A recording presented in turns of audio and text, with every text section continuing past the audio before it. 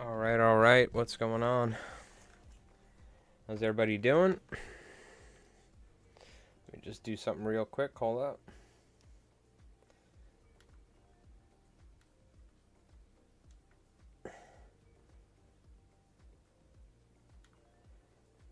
Just gotta fix my camera settings.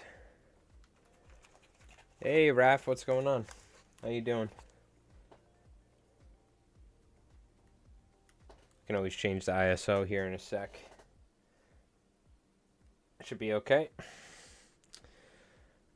All right. How's it going? Hope everyone's doing well. Appreciate everyone tuning in early. We'll have some light music in the background. Let me see here. Shouldn't be too loud. All right, there we go. All right, I hope everyone's having a good start to their weekend. Happy Friday. We're going to be tying some different flies tonight. Just kind of free balling it, tying whatever we think is fun. Hey, Paul, what's going on? How's it going? Appreciate you tuning in. How you doing? So I got the desk cleaned up because yesterday I filmed 2 videos. And I think maybe we'll tie one of them today. We've been tying some V-Tide Slinky Fiber Peanuts is the video that'll be coming out probably on Sunday for everybody, Saturday or tomorrow at some point for members. And then the next video is a big one. It's a take on Paul Monahan's weedless rig and using the weighted Gamakatsu hooks. So I need to order some material because I want to cover some of the Henry Cowan flies, but I don't have the pink polar fiber, and to do it the right way, we need the pink polar fiber. So I still have to order some. Let me get this all set up to where I like it. Why are you all loose? There we go. I think. Why is this so loose? Let me tighten this up here. Want to get it nice and set up to where it's out of the way, because there's nothing more annoying than filming a fly tying tutorial and this thing is directly in front of me. But it does offer a very nice camera angle, so I do want to get this kind of where I like it though. I like putting the vise near the table edge so I don't have to reach far away. There we go. You can see I got a blister from casting all day. Yeah, the 1/16 of an ounce Gamakatsus. I don't know where the pack is.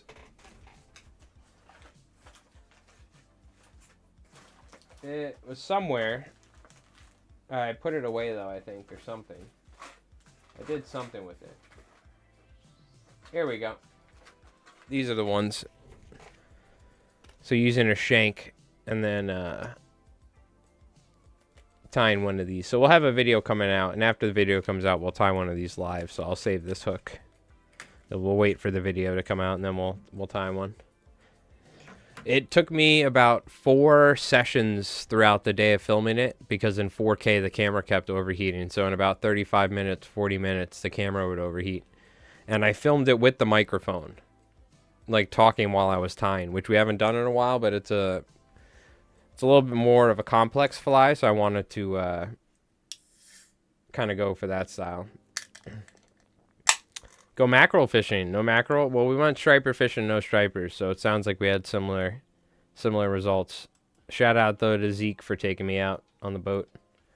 He said he was going to tune in. What are we tying tonight? I don't know. We'll tie really whatever we feel like. Probably some peanut bunkers, maybe some just back bay flies.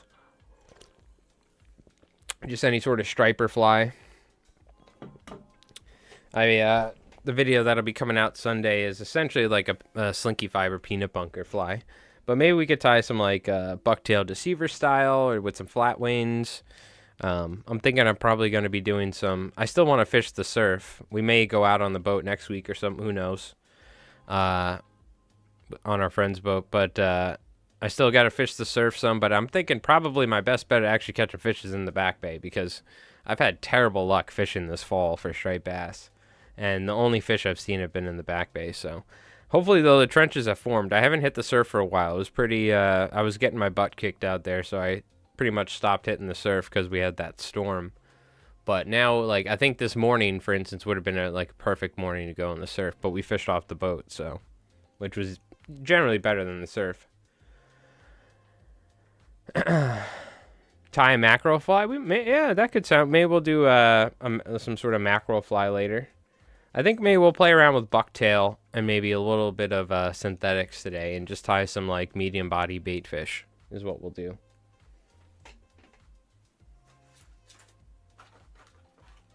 And I got these 4-rod Gamakatsus. We'll use these. I got a brand new box. So shout out to all the viewers on the channel that watch the videos for a little bit of ad revenue, or the members or Twitch subs. Because that box right there costs about $90 for 100 4-rods. So that helps pay for some of that stuff. I appreciate it. All right, I'm going to have to move all this because this is not close enough to me where I like it. I don't even want to have to move, is the idea.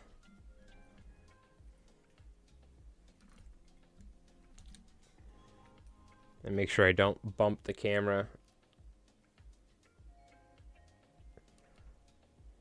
And I swapped it out of 4K. Okay, good.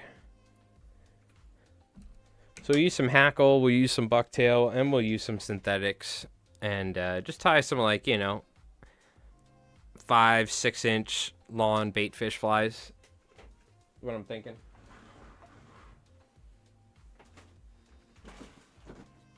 Grab some bucktail here. You just got in a bunch of flatwing saddle hackle. Very nice. Very nice. You're surf fishing Sunday regardless of the weather? Very nice, Calvin. Go get him. Go get him. Me and Calvin were talking. We were trying to figure out. He's trying to catch albies.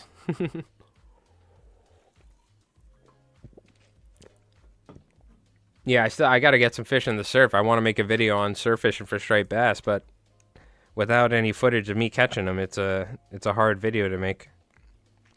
I mean, it's actually an easy video to make without that, but still, I really think it would be nice to have some footage of me catching fish from this year for that video. So, start off with a little white bucktail here. It's nice having a clean desk too, by the way. It's usually covered in all sorts of stuff because I'm working.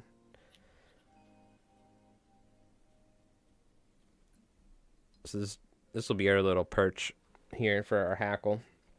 And I do need to re-up. I really don't have like any hackle, but I'm still using mostly older Keo hackles from the Edison booth, where you go to Edison and he's got the Keo hackles. I think I'm gonna go this year and re-up, bring like $200-300 and just buy a ton of hackle, because it's like, I think if you get 4 of them, they're like $25 each, and these things I've been using for years. You can see I still have tons of really nice sort of flat wing hackle on there, because it's just thick enough to where you can. The unfortunate thing is I'm down to the really long feathers, which I'd like to save for tying these 12 to 14 inch bunker flies, but in reality I'm just going to cut them down shorter. But they have like a webby enough hackle. The thing with a good flat wing hackle, you don't want it to be too thin to where it's like a trout feather, and you don't want it to be too thick to where it's like a deceiver hackle. You want it to have this sort of nice, like super steep triangle taper to it, to where it's got some width to it, because you want that feather to be catching the water and moving around. But at the same time, if it's too big, then you're kind of like, you can still flat wing hackle schlappen if you want, for instance, but it may not have the same effect as a thinner piece of hackle, for instance. See, it sucks to really cut this down that short. So you know what? We'll just do like a 2 feather.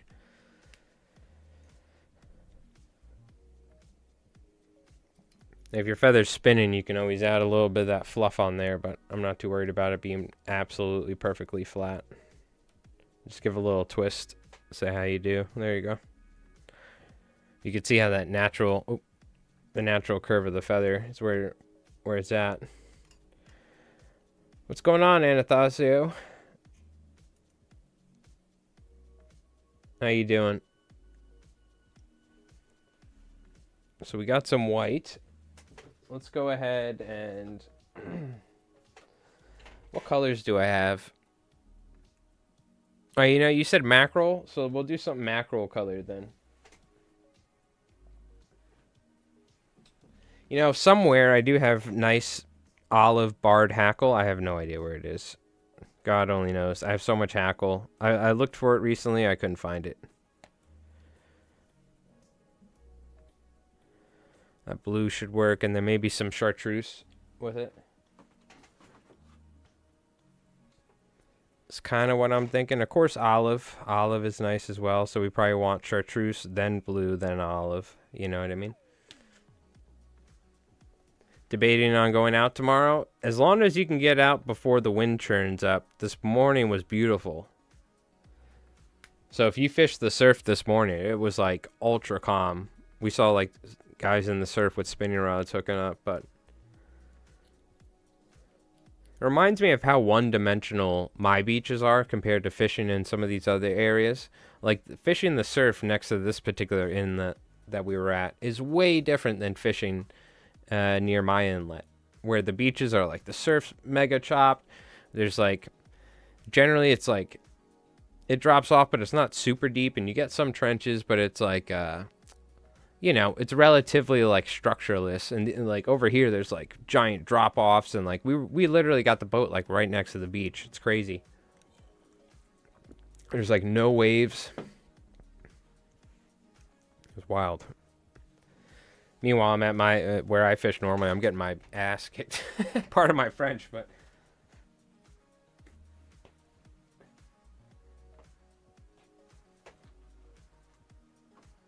and unfortunately, another Rio line bites the dust. My my Rio sink tip striper line that we've been using for a while has started cracking severely in the sink tip, all up throughout the sink tip. Not the running line, which is surprising because usually the intermediate Rio lines crack on the running line. So it sucks, man. Some of the best fly lines out there, but they just crack. It's unfortunate. So I would think maybe I'll try either Cortland or Scientific Angler or something. But I want to get a... I need to get a new like sink line, and I think I want to go full sink instead of sink with it in like an intermediate running line. Just go like straight up sink. It'd be nice to have like a full sink, then a sink tip, you know, then your intermediate, then you're floating. But I'm like limited on reel options, and I'm limited on lines at the moment, so. Yeah, the outbound shorts are really nice, man. They last the longest. They don't really crack that bad. So I still have some outbound shorts that I've been using, but I think recently one of them may have gotten like started cracking, but they last years compared to the striper lines. I don't know what, it's got to be the coating they're using, but starts getting limp around now. Yes, and different lines will perform in different weather conditions, of course, as well. Certain lines suck during the summer and certain lines suck during the winter. So finding one that has a good balance in between is important. But yeah, I've heard good things about the Scientific English sonar. But we've also done some fly tying, and our flies have gotten in the hands of the owner of Cortland Line. So I'm kind of curious if we can get in touch with Cortland and maybe get something going there. So I don't know if we have enough clout yet to get free fly lines or something, but maybe one day. Mark Sadati told me I shouldn't be paying for anything. I'm famous enough I should get everything for free. So I just gotta remember what Mark Sadati says and channel his energy. I don't think we're that famous in the fly tying world, but maybe with the Albie guys that watch ridiculous Albie videos.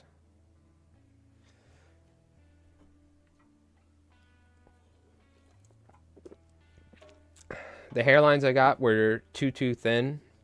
You're disappointed. The previous were on point. Yeah, I've gotten some hairline ones that sucked. So they sell these half patches, and I think they're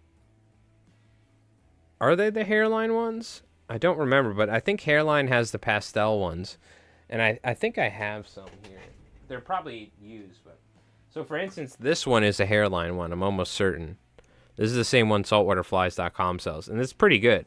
But sometimes you may get some that are thin, for instance. And that's the issue. It's really nice to buy a hackle in person, but nowadays that's getting harder and harder.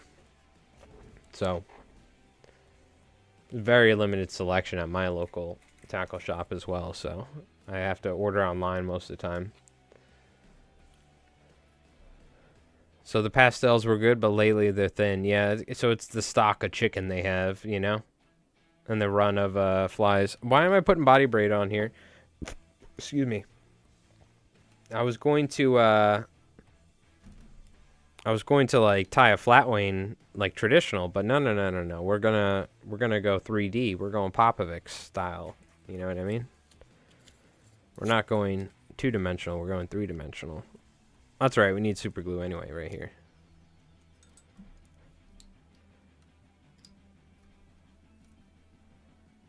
All right. And we can, you know what? We could probably just cut the music, so that's what I'm going to do. Well, I'll leave it on. Hopefully it's not too loud. I want it to be barely audible almost. just something light in the back. Very, very light. Okay. So, here's probably what we're going to do. We're going to be using some bucktail top and bottom, but then we're also going to be using some synthetics. Mostly focusing synthetics on top, so that way the fly will adjust correctly. We should also add some lead wire in the form of a keel. So I'm actually going to do that right now. Usually I do that beforehand, but oopsie, I forgot. Thing is, I'm going to have to wash my hands after. I always wash my hands after messing with lead. Always. Just because I don't want to be like some dude that rages out at a 7-Eleven one day. Turns out you have lead poisoning or something. I remember hearing that from people like one of the guys I worked with. I guess if you eat a lot of particularly like offshore fish, there's like a fair amount of lead poisoning in like tuna and sharks and things like that. So if you eat a certain amount, you can get lead poisoning. I don't think that's like a myth. I'm almost certain that's real. I hope I'm not making that up. Can someone in chat validate that? Because I know particularly big like tuna and sail or like swordfish, the longer they live, the more heavy metals and certain stuff like that they accumulate in their bodies. But anyways, this guy somehow got lead poisoning, and I think it had to do with somehow eating too much large pelagic fish. But that could be wrong. I could just be making that up. But one of the effects of lead poisoning is like anger issues, if I'm not wrong. So I want to say I didn't make this story up in my head. Hey, Rohaze, how you doing? You're having luck with the Rio Coastal Quick Shooter? It's a floating running line with an intermediate clear sink tip. Ah, interesting. It's mercury they build up. Or is it that maybe mercury poison? So maybe I did make that up. But somehow someone got lead poisoning. Maybe they were making jigs or something. I don't know. But they do accumulate heavy metals, huh? So I guess, can you not get lead? Or am I just thinking of mercury poisoning? Mercury poisoning symptoms. Mercury poisoning from fish. Women's Health Magazine. Well, they must know. 7 symptoms. This is where I kind of like the AI, you know, because this article sucks.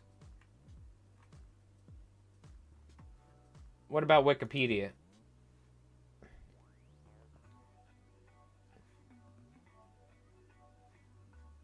Signs and symptoms. Oh my god, I'm not going to show you this. Thank god I didn't show you this. Half this dude's face is missing, bro. Itching, burning,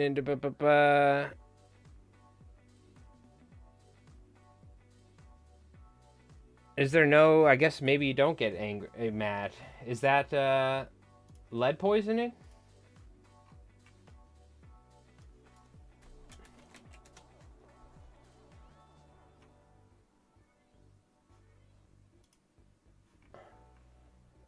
Irritability is lead. So it's probably lead poisoning then, is what I'm thinking of. But somehow I just mixed that with the tuna thing. Or maybe the guy who told me the story just mixed it all up. All right, that makes more sense. Well, it was a good thing I didn't show you that. There was a photo on Wikipedia of like this dude's face missing from like the 1800s or something. I don't know if YouTube would like that. So, I mean, whatever the moral of the story is, heavy metal poisoning isn't good. Who would have thought? I might have just mixed up like two stories together or something, but the reason why I say it was like, what do you call it? Tuna in particular are eating offshore fish, because the guy who told me that story like constantly offshore fished. So I like in my head maybe just mix that together. American PCBs. Military dumped a lot of toxins at tuna grounds. Is it really why? Huh. I mean, I know PCBs are an issue just in general. Apparently, it's one of the leading causes of ED in men, is PCB, just contamination in our bodies. And that's just from how much plastic we have that consumes our life and everything. Even like fly tying, like micro plastic particles in fly tying, I'm sure we get. But just everything from like water bottles to God knows what. It was interesting, actually. We had a friend in France that we went and stayed with, and he had a business of recycling PCBs out of the water. He like developed a system, and it was actually really cool. But he was like working with the French government. It's pretty interesting, actually.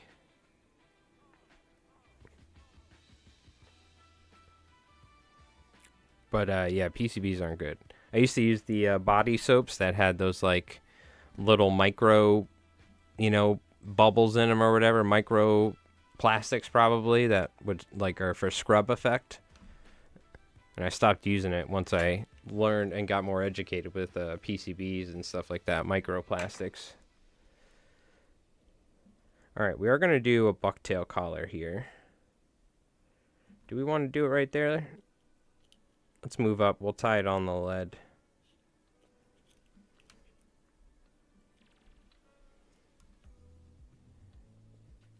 We're like pinching it hard right now into the lead wire, but that's all right. We can fix it. Got it pinched.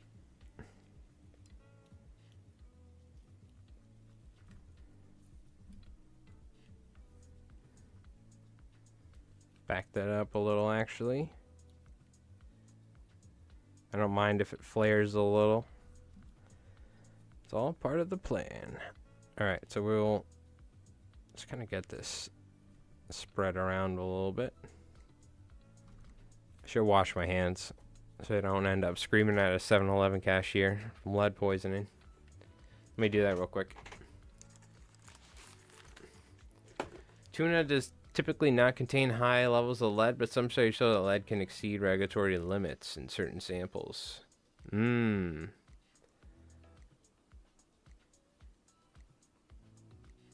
Yeah, with mercury, yeah.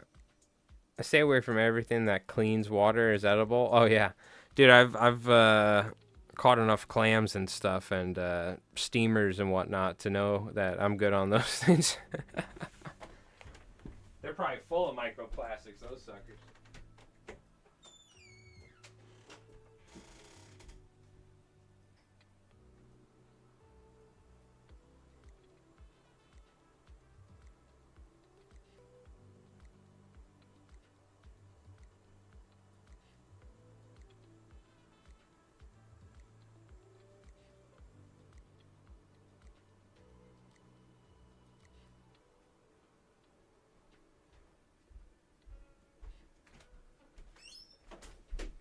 I will say, though, that's why shellfish are so important. I forget what it is, but like an oyster can clean like hundreds of gallons of water in a day or something. Filter. Shellfish are, and having a healthy shellfish population is very important to having a healthy ecosystem. especially up here in the Northeast. That being said, dude, I love me some mussels. I'll take some microplastics for mussels in red wine or white wine sauce, French style. You know what I'm talking about? Moule et frites. My French is terrible now, but I think moule. Is that how you say end? Moule et frites. Mussels and French fries, I think is what it was called. Driving down to like Normandy and Brittany. All on the coast, like every French town sells mussels and French fries. I'm talking about mussels, the shellfish. Do they not call them that over there? You mussels off a cow? True, yeah, we all do. Well, maybe not we all, but I'm sure a lot of us do here. Alright, we're going to use a little slinky. We got bucktail slinky, we got some chartreuse, we got some blue, and I do have a little bit of olive. We're doing a mackerel, don't forget, because I forgot. What's going on, Jim? How you doing? Welcome from North Carolina. It's one of the few states I've actually been to in this country. It's like Florida, California, North Carolina. How you doing? Gonna take a little bit of slinky.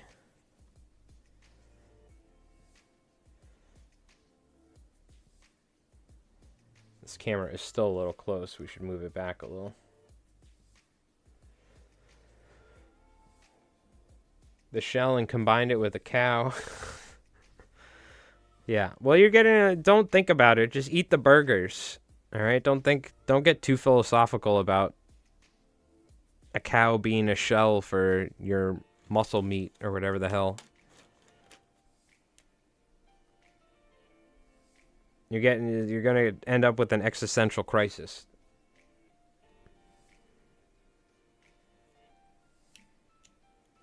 That being said, try and get good quality beef that's farmed responsibly, One of the reasons I got into hunting in the first place was learning about a lot of, like, super mega farming practices and getting, like, I essentially just stopped eating meat until I shot my first deer with a recurve bow. It took me like a year. I stopped eating meat for like a year. So the desire and hunger in caveman, and I, like, mastered archery with traditional bows. But, because I've done some volunteer work with some wildlife refuge and stuff, and I worked with this one dude, and he, like, kind of blew my mind a little bit, talking about, like, modern day commercial farming and all that for animals. And it was like, ooh, yeah, I don't know about all that. So I was like, screw it, I'll go get my own meat. Almost fall out of a tree stand multiple times. Let's go with some chartreuse. Now the real question is Raph Outdoors going to be here when I'm done with this mackerel fly?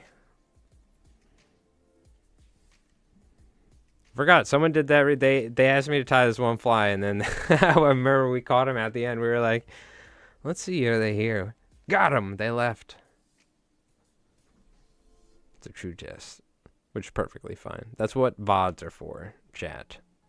You can go back and watch it whenever. So by focusing, like, our synthetics up top, we can keep the length nice and long, and we can use some bucktail sparsely on the belly to build up our belly section. We're also going to be using bucktail up top as well, but sparse amounts. And we V-tied here, but we might do some 60-40 ties or something after watching Paul Monahan's video. I was like, you know what? I don't do that enough. Instead of 50-50 or V-tying or high-low tying or hollow tying. Oh man, you know what? I completely forgot. We have roll your own fly. I have to revisit that. We might need to, we're going to have to do that before the end of the season. Do one more. I'm just doing a little bucktail collar over the synthetic to kind of help stop it from fouling, but also create a little pillow or cushion for the next synthetic tie that's going to be on top. And we're kind of bumping it up, if you will. It's a little sloppy right now, but this will all be covered up, so who cares? Oh, yeah. Well, you're in a whole different part of the world, so I don't know how all that goes with hunting over there. It seems like we're very lucky here in the U.S. that hunting is very accessible in most states for people, when it turns out in a lot of other parts of the world, you have to have like quite a lot of money to be able to access private land to hunt, for instance. It's all like privately owned, stocked or whatever, or the hunting licenses are so it's like a wealthy person's sport almost, instead of like something anyone can do for food, you know.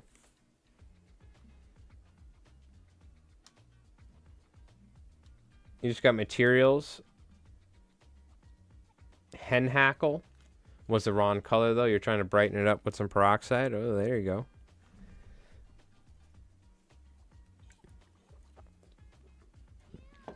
All right. This is where a little super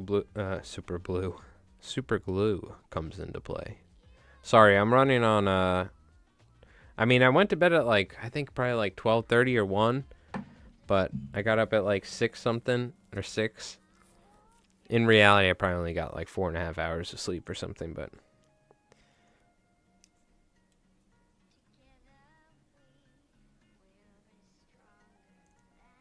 so that's my excuse for, what do you call it? Sounding like a crazy person at times. All right. Yeah, so we ended up actually going fishing out of this one inlet and fishing in the ocean, and then the back bays in the inlet and stuff. But dude, it was 30 degrees this morning, and what do you call it? It was rough. We were blind casting most of the time. We didn't see anything. We fished some on the beaches as well. But it seems like whenever I'm around, the fish just don't want to be around. So it's that sort of thing we're dealing with. Chat, I only have Rio outbound short. Am I cooked to go out this weekend? Chesapeake Bay, intermediate. No, why not? No, intermediate lines are like your bread and butter for striper fishing. Or just general saltwater fishing, I feel like. If you're just blind casting, or you're just casting and stripping the fly, whether it's a Clouser minnow or a larger fly like this, or even doing some drifts with it and stuff like that, or swing it, like slightly swinging it over a bar, whatever you're doing, structure, right? Intermediates are like your perfect mix. So you can either speed it up and keep it on the surface, or you can mend it and let it sink and get it down deeper and use it like a sinking fly. So no, the majority of fishing that you will see done in saltwater fishing that is not very specific, like bonefish or tarpon or whatever, if you're just, because I like to think of like northeast saltwater fishing as like general saltwater fishing. We have bluefish, striped bass. You could catch fluke, weak fish, sea robins, porgy. I mean, there's so many different fish out here you can catch just fishing with a Clouser minnow, for instance. You know what I mean? Take a sinking line. It's going to be windy. Well, it depends where you're fishing and what's the depth. If you're fishing from shore, you know. If you are fishing from a boat, sinking line's nice, but, you know, if that's all you got, that's all you got. You definitely want to expand your options in the future. Now, the real question is, what's the wind going to be like? That's going to determine how cooked you are. That'll separate the good casters from the bad casters. Today I was kind of on the bad caster side, almost.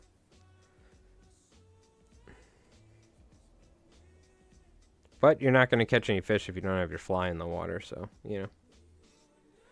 Think about that as well. You got to get out there one way or another.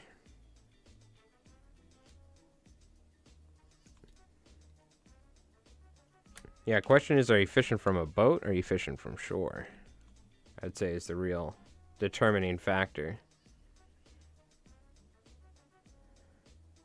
We'll do a little 60-40 tie here. You'll see we're going to do like mostly white. I think on the next tie here, or maybe even now, we'll start adding some chartreuse. And we could be using some synthetics on the belly, but the whole idea is we're like trying to minimize the fly from fouling, and we're also trying to go with a sparser profile and do like a hybrid between different flies. So instead of just tying a, you know, full synthetic fly or something. You're surf fishing? I mean, you should be all right. A sink would help to cut through the wind, but, you know, sometimes maybe, you know, you don't want to dredge or something, so.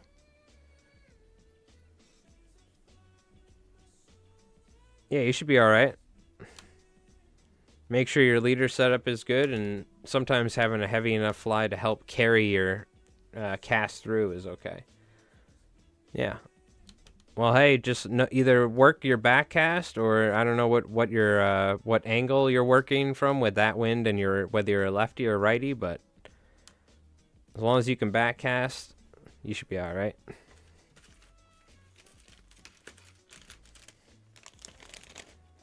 What do you got? An 8 weight, 9 weight? You fishing a 9 weight? You'll be all right. So one thing I always tell people is if you want to learn to fly fish, or if you're getting serious into fly fishing, people, I'm like, dude, why aren't you fly fishing today? I'll see them out there. And they're like, oh, yeah, well, it was pretty windy. I'm like, look, let me tell you something. If you only fish when it's like nice out, you're never going to catch fish on the fly rod, because it's going to be windy every day you pick up the fly rod. So you just have to suck it up and just bite the bullet and stick with it, and you'll get rewarded. So me, I'm still waiting for my reward. It's been a while, but 8 weight? Yeah, you should be all right. I'm going to be honest with you, like, as long as it's not blowing 20 to 30, most of the time you're all right, as long as you can find a position, and even if it is, but anything under than that, like 15 and under, completely doable, no problems generally. It's about finding a place that you can fish to where you don't need to fight the wind the whole time. You know what I mean?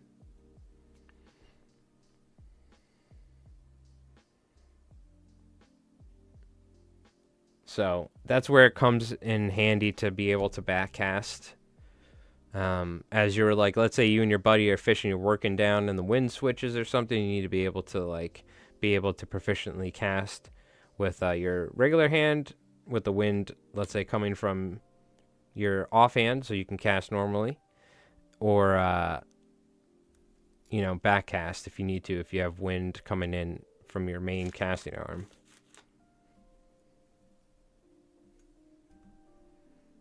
I think we'll, we're going to keep this one sparse, too. This is going to be a sparser fly.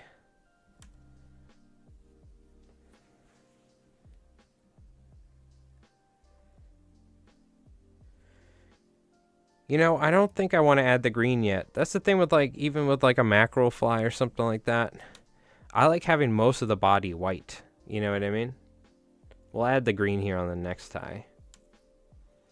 So what we're going to do is let's go ahead and take a little Steve Farrar fiber in white and tie that ever so slightly.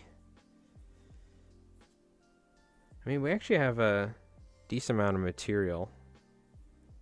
But let's see, we have like, we're going to do one more tie, then we have room for 2 maybe, realistically. So yeah, we'll just move forward and do one more white tie here. Before we do that, we'll add a slight amount of bucktail on top. Yeah, I would definitely, like an 8 weight with an intermediate is your general all around. You know, that's a great setup for saltwater fishing. And again, I don't know what your fishing is like in the Chesapeake Bay, but I'm assuming it's like, it's not like super rough, right? You're fishing in the bay, even though it's quite a large bay. But as long as you're not fishing like super heavy current or structure, you know, then I would bump it up to like a 10 weight or a 9 weight, because you do have the chance of catching giant fish down there. I mean, there's big fish down there. But for your all-around general inshore saltwater fishing, like an 8 weight should work fine. I'm not super familiar with fishing down there and like fishing in the Chesapeake or Maryland or Virginia.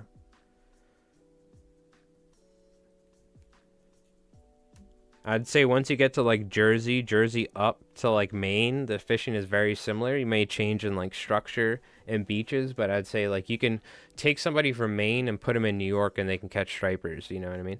I'm certain it's probably similar, but I feel like once you start getting down to Maryland, North Carolina, like we start getting into different types of fisheries almost.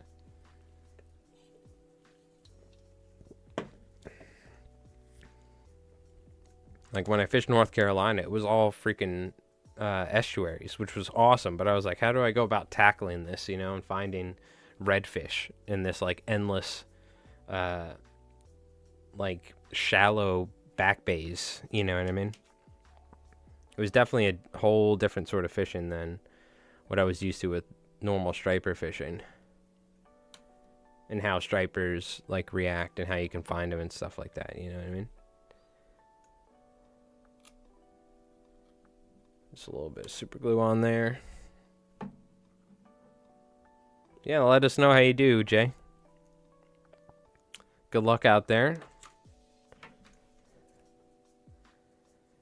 Go with your gut on your flies, you know.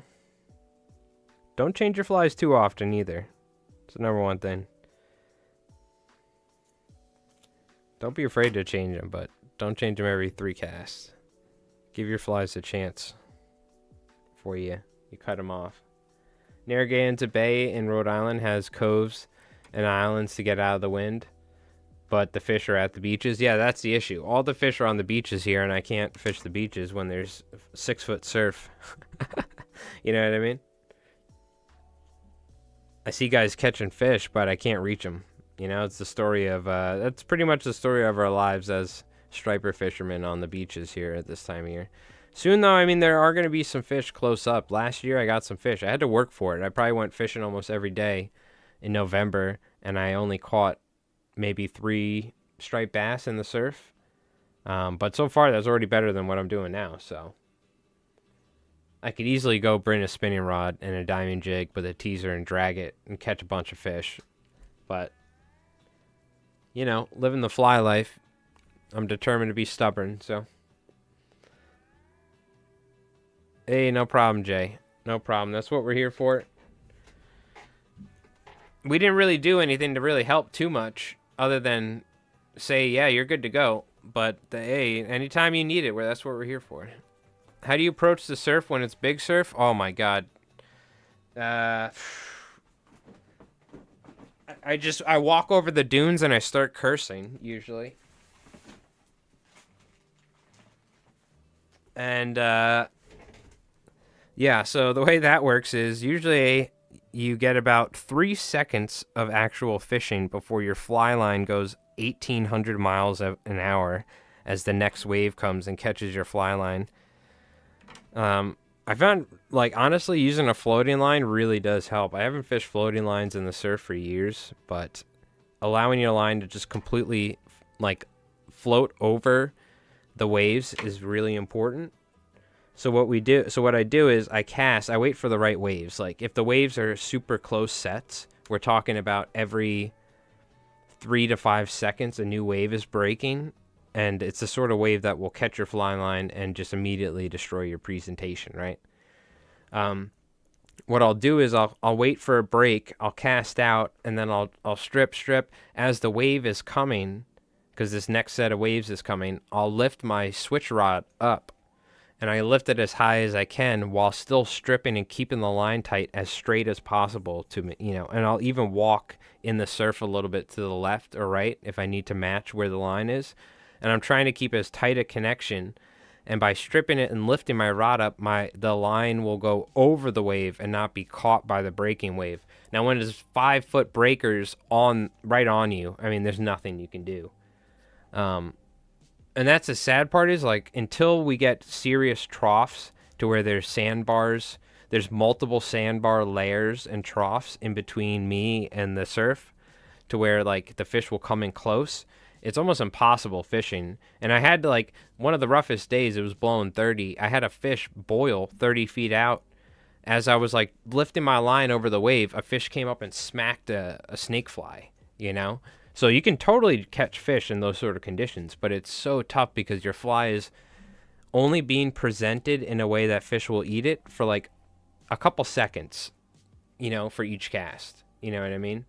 So that's when it, like, yeah, well, Calvin's saying that's when it really comes down to structure. The problem is, like, my local beaches don't really get structure until, like, now. So, like, for the entire month of October, there was, like, no real structure that was formed. It was pretty much just, like, straight up beach. And any and all structure was, like, hundreds of yards out, you know? So that's when it's really tough fishing. Like, right now, as the, like, because the beaches are, like, a living creature themselves. They're constantly, like, eroding in different ways and forming and changing, and every day you go down there it could be different. What do you call it, I forgot what I was going to say, but essentially, like, right now is like the time when, for whatever reason in the season, like the way the currents are and the moon tides, we start getting these troughs formed on the beach. And then during the winter, the Army Corps engineer comes, dredges, and fills the beaches back up so they can, you know, charge people for parking permits. The town can, so. Because right now there's pretty much no beach left. If they didn't do that every year, like, that entire area would be gone. But they dredge it and they rebuild the beach. Whether it's a good thing or not, it's probably not good for the, like, local sea life, all that dredging and beach restoration over and over again. But if they don't do it, like, the entire inlet and all those businesses will be completely cut off. The road and everything. You give it a year or two of not messing with it, that ocean will eat up the, right now it's already up to the dunes. So if you didn't do anything, if they don't do anything during the winter, it'll, like, the entire, that section of the barrier island will be gone. Because it's just natural erosion, right? And also, I'm sure it's sped up from various reasons from our doing. But, so, on one hand, it's a good thing they do it, because otherwise that entire area wouldn't even be there. And they've been doing it for years and years and years and years. But there's other beaches that are, like, very lawn beaches. Our beaches are, like, very tight up against the dunes, you know? So, like, sometimes you can't even fish during when it's when the erosion's so bad. The beaches are so steep, they'll be like a 15-foot steep from where, like, the sand is. It drops down towards the surf line, and that's one indication that there's a very good what do you call it? There's a hole somewhere in front of you, or deeper waters, when you see those steep trenches or those steep drop-offs in the sand. But you'll see this, like, massive drop-off, and then right behind you is the dunes. So that's where having, like, a switch rod so you don't hit the dunes behind you or don't hit the sand behind you. It's really interesting. I've taken so many photos last year, but we'll go back. Probably, I mean, it's supposed to blow and rain for, like, the next 5 days, but whenever it's decent, I'm going to go back out. We'll start hitting the surf more, because I do need to make a video on surf fishing. So I was going to make one on albie fishing, but I kind of postponed it because I literally just ended up albie fishing a ton and getting footage. And we ended up getting later in the season. I kind of want to put it out when it's closer to albie season, so. But I really want to make a fishing on video on striper surf fishing, but there's so many different videos I got to make. I'm always busy with tying, but we're about to get to the winter time season where, excuse me, things kind of slow down so we can focus more on making videos before spring season starts up, and we got to do a bunch of fly tying. And I'm going to be tying during the winter for businesses and doing rooster fish flies and all that, but it's much easier than, like, you know, during September when I have, like, guides texting me, hey, I need this, I need that. I got people making private orders. I got tackle shops hitting me up, you know, and I'm also trying to go fishing, like, every day or something. It's a sand eel bite, soft sand, surf fishing, I think.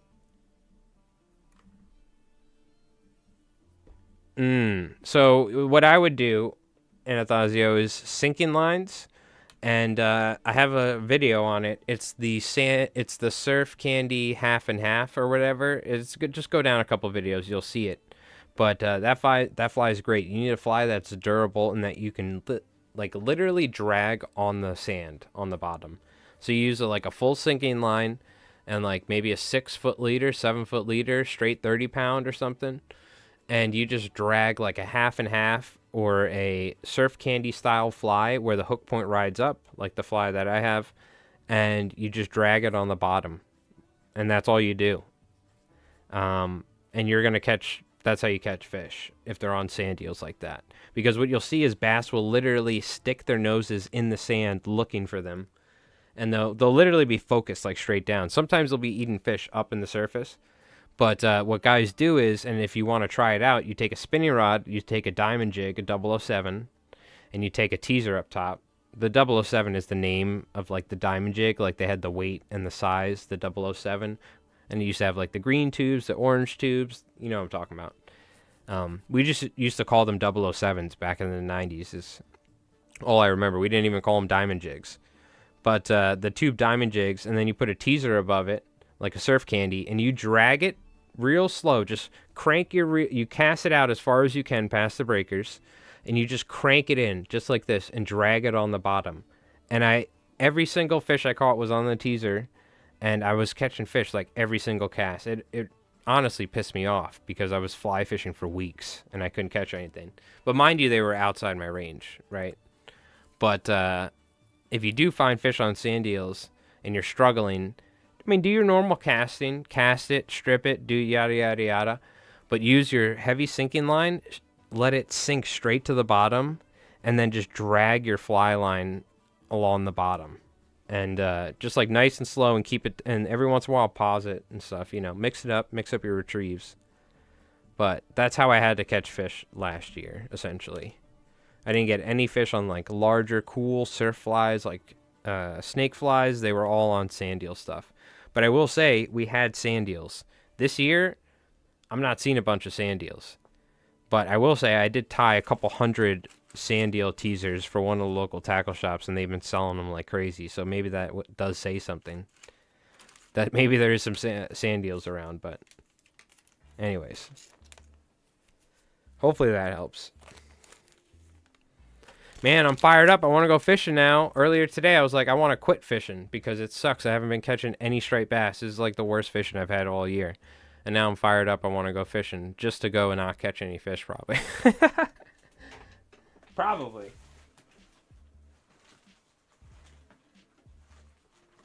No joke. This is like because we were commercial clamming and fishing. I didn't really get to do a ton of fly fishing and fishing in general. Or any fishing, like for the past couple of years. We did some, but like no albies, this and that. And we were bunker fishing all the time. So like this year, I really put a lot of effort in. Like fished every day in April, fished a ton in May, fished a ton in June. Then I kind of fell off because I just stopped. I pretty much wasn't catching fish where we normally do. And yeah, if it wasn't for albies, I would have caught like, in the past couple months, I've only caught like maybe 1 or 2 bass. So we caught like 10, 15 albies or something. If it wasn't for those, man, we'd be screwed right now. So it's been a struggle because, like, you know, it's really nice when I'm motivated to like make content on like, you know, striper fishing or this or that. But when I'm like out there fishing for like 5 hours in the surf, not catching a damn thing, like fishing the back bay where I normally fish, not catching anything, it's like so demoralizing. I'm like, oh God. And all I do is tie flies and make videos about flies for a living and whatnot, so it sucks. Thank God the saving grace is customers sending me photos of them. They're like, dude, I caught my biggest bass or something, or man, it was this and that. Thank God. Because I would be like, I don't even know if you should buy these flies because I'm not catching anything. I'm like starting to doubt whether I can catch fish or not anymore, you know? Did I lose it? But there's just, honestly, I think we're not seeing as many fish inshore as we used to. I think striped bass, and unfortunately, the ASMFC are not doing any changes to striper fishing. They did their vote So we're in for another however many years of, or year of no changes with really poor spawning results for striped bass. So I don't know. I'm sure there's probably a correlation somewhere, but that being said, you know, well, you know, that's part of fly fishing. Some years are better than others and stuff, but one fish boiled your fly last week. Surf fishing is tough game, humbling because you fail so much. Oh yeah, and that's the thing, dude. If you see somebody that surf fishes with a fly rod and catches a ton of fish, now it's different. Like, it's also like, even in really good locations, it can be tough. So yes, this still stands true. If you know somebody that catches fish consistently on the fly in the surf, and not on just like calm days, that person knows what they're doing, because it's not easy. It's something you have to dedicate a lot of time and effort to, and understanding. Like, having a base understanding of surf fishing is important, and troughs and this and that. But when you switch to a fly, like, it completely is, your length and casts are so limited that you have to think about how you approach the fishing so much differently. So, but yeah, it's definitely humbling. I don't know, man. So, like, we used to, like, it would be like we would go out and one of us was like guaranteed to catch a fish on the fly surf fishing. You know, we'd fish until like maybe 10 o'clock at night from like 5 or 6 in the afternoon or something. But now it's like, dude, it's struggle bus central nowadays. I don't know what's going on, but you know, that's the way she goes. We'll just keep at it. We'll do another couple. I think we'll do one more olive, and then we'll switch to blue. That's what I'm thinking here. I'm reading Lou Tabery's book at your suggestion. It's great. It is a fantastic book, Calvin. If you guys don't know what we're talking about, Lou Tabery's Inshore Fly Fishing is like the holy grail of Northeast or East Coast, you know, or Maryland, Virginia up, I would say, saltwater fly fishing.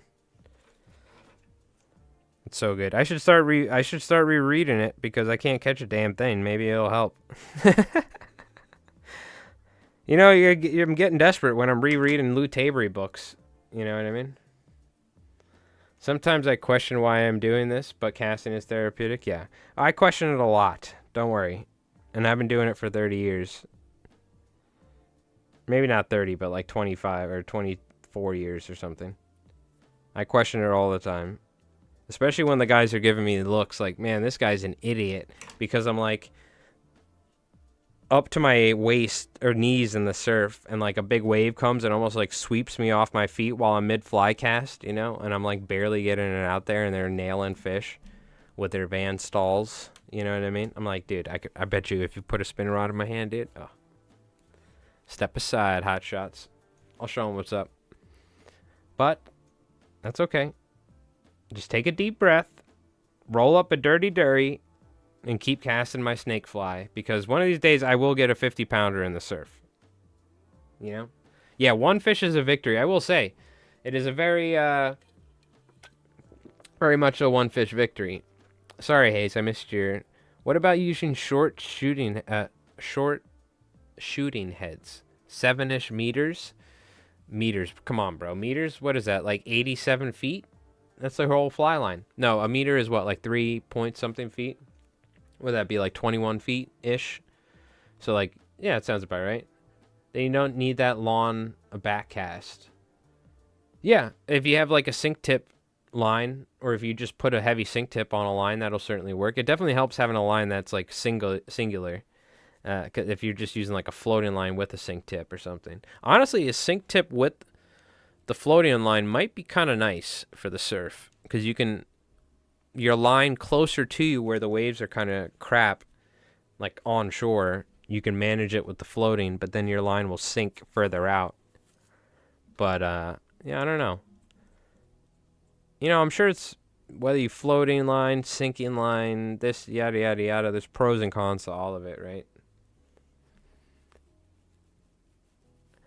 I don't know about poor thing. They probably look at me like, yeah, the dude's an idiot. It was like the day before the hurricane, or like where we first got the serious effects from that hurricane that hit Jamaica. And I was out there fishing with my fly rod. I was like, you know what? It doesn't look that bad from the surf camera, because they have cameras up on the looking at the surf and stuff that you can look at. And no, it was definitely that bad. It was blowing like 30 miles an hour, and it was like 6-7 foot surf. I took video of it. You guys will see it. I've been filming every time I go out just for B-roll footage. Whether I catch fish or not, I can talk about catching fish at least, and show you some B-roll footage. I can always use B-roll footage, but it would be nice to actually have some footage of me landing them for you guys. Because the problem is I never filmed anything in the surf because everything gets covered in salt and sand. So I was like, I always hated bringing my GoPros because I have to clean them off like every cast. If you've ever fished the surf up here, you know what I'm talking about. When it's blowing 15 and it's churned up, you just get absolutely smashed by waves.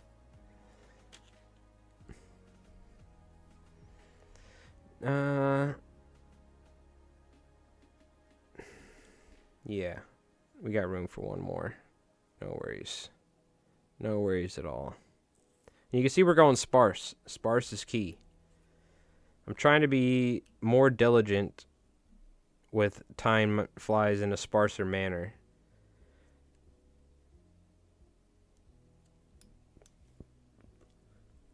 Particularly with synthetics. Synthetics are the issue. I find sometimes I add too much material. So, that's something I'm working on. That's the thing as a fly tyer. You can always get better. Even though I do this for a living, there's still things that I could improve on. You don't have to cast super far? No. You don't have to cast super far. That's the thing. A lot of the fish you will catch within like 40, 50 feet. You know what I mean?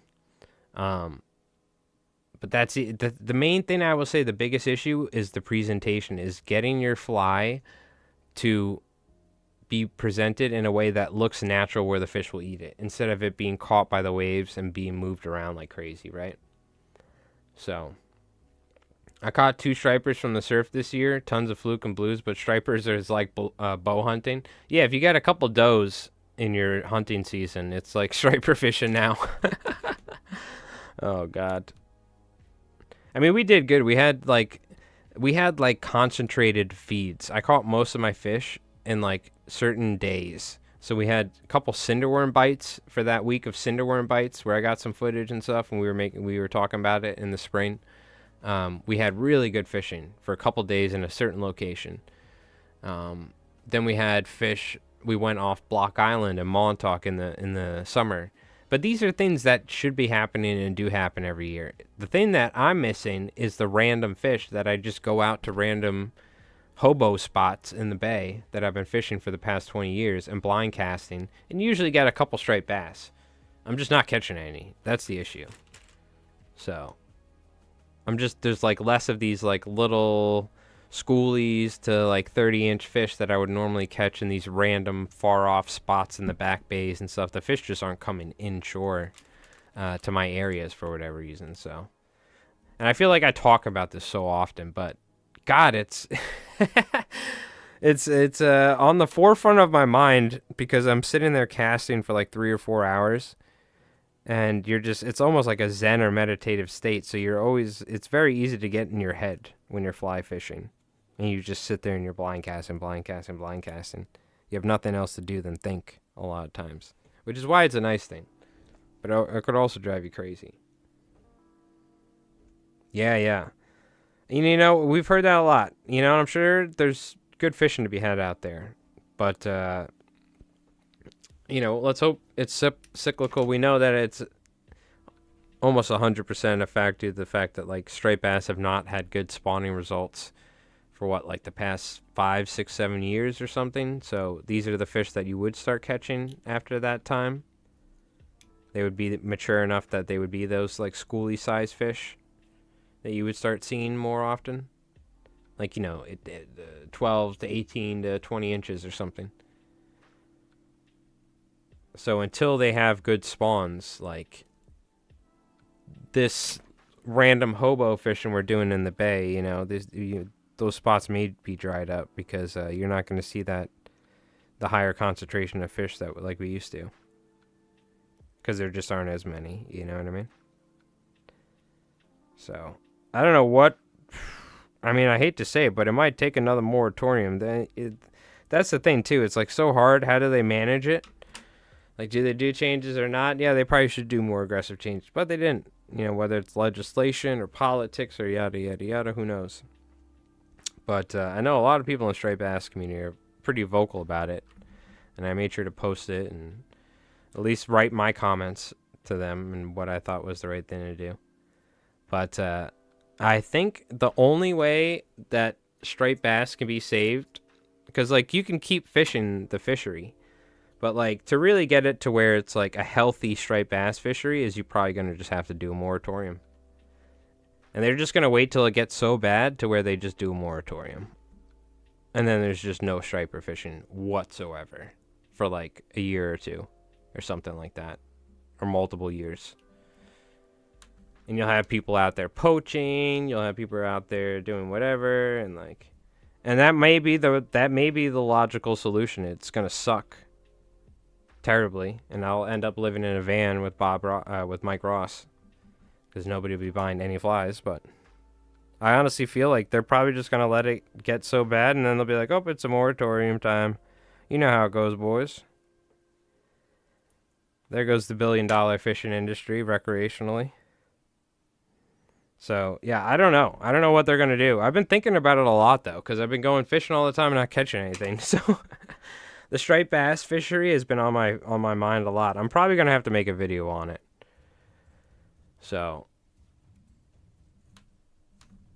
as much as I hate to, like, I don't want to talk about it. Like, I don't want to even think about, like, the fact that the striped bass fishery is in such dire straits. Like, I don't even, like, I almost don't even want to acknowledge my issues in life, you know? Just like, just cover it up, throw some dirty laundry over it. You won't even think about it. But, like, you kind of can't, you know? It's pretty hard to, like, not think about it when, you know, you're not catching any fish.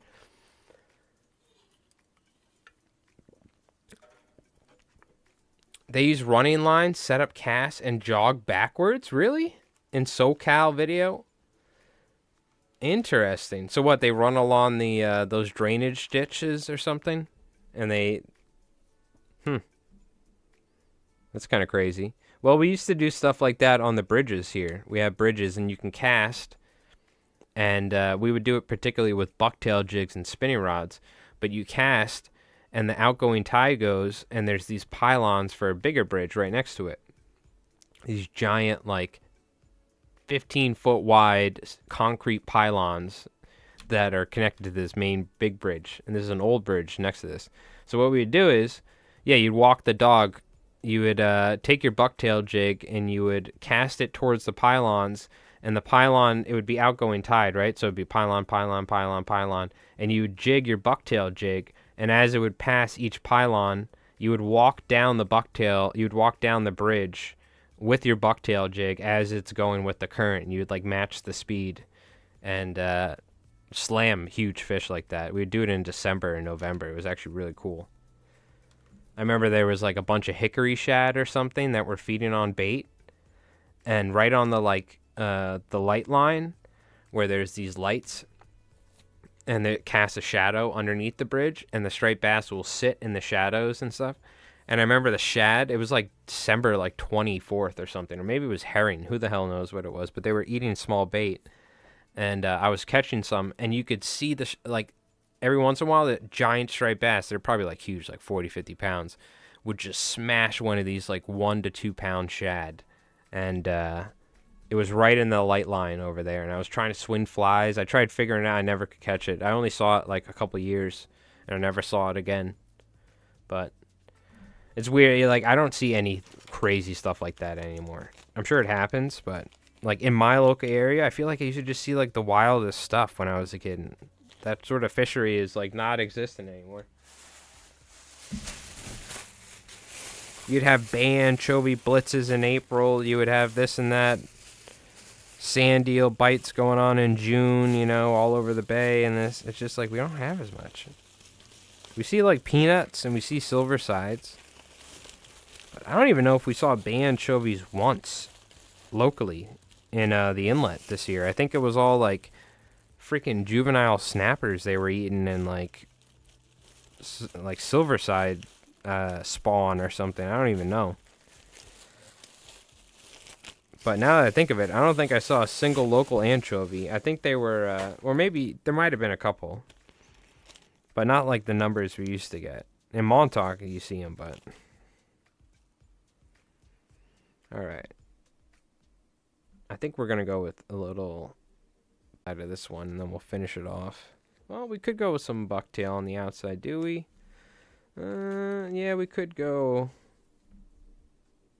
kind of finish it off classic style. I don't know. We'll see.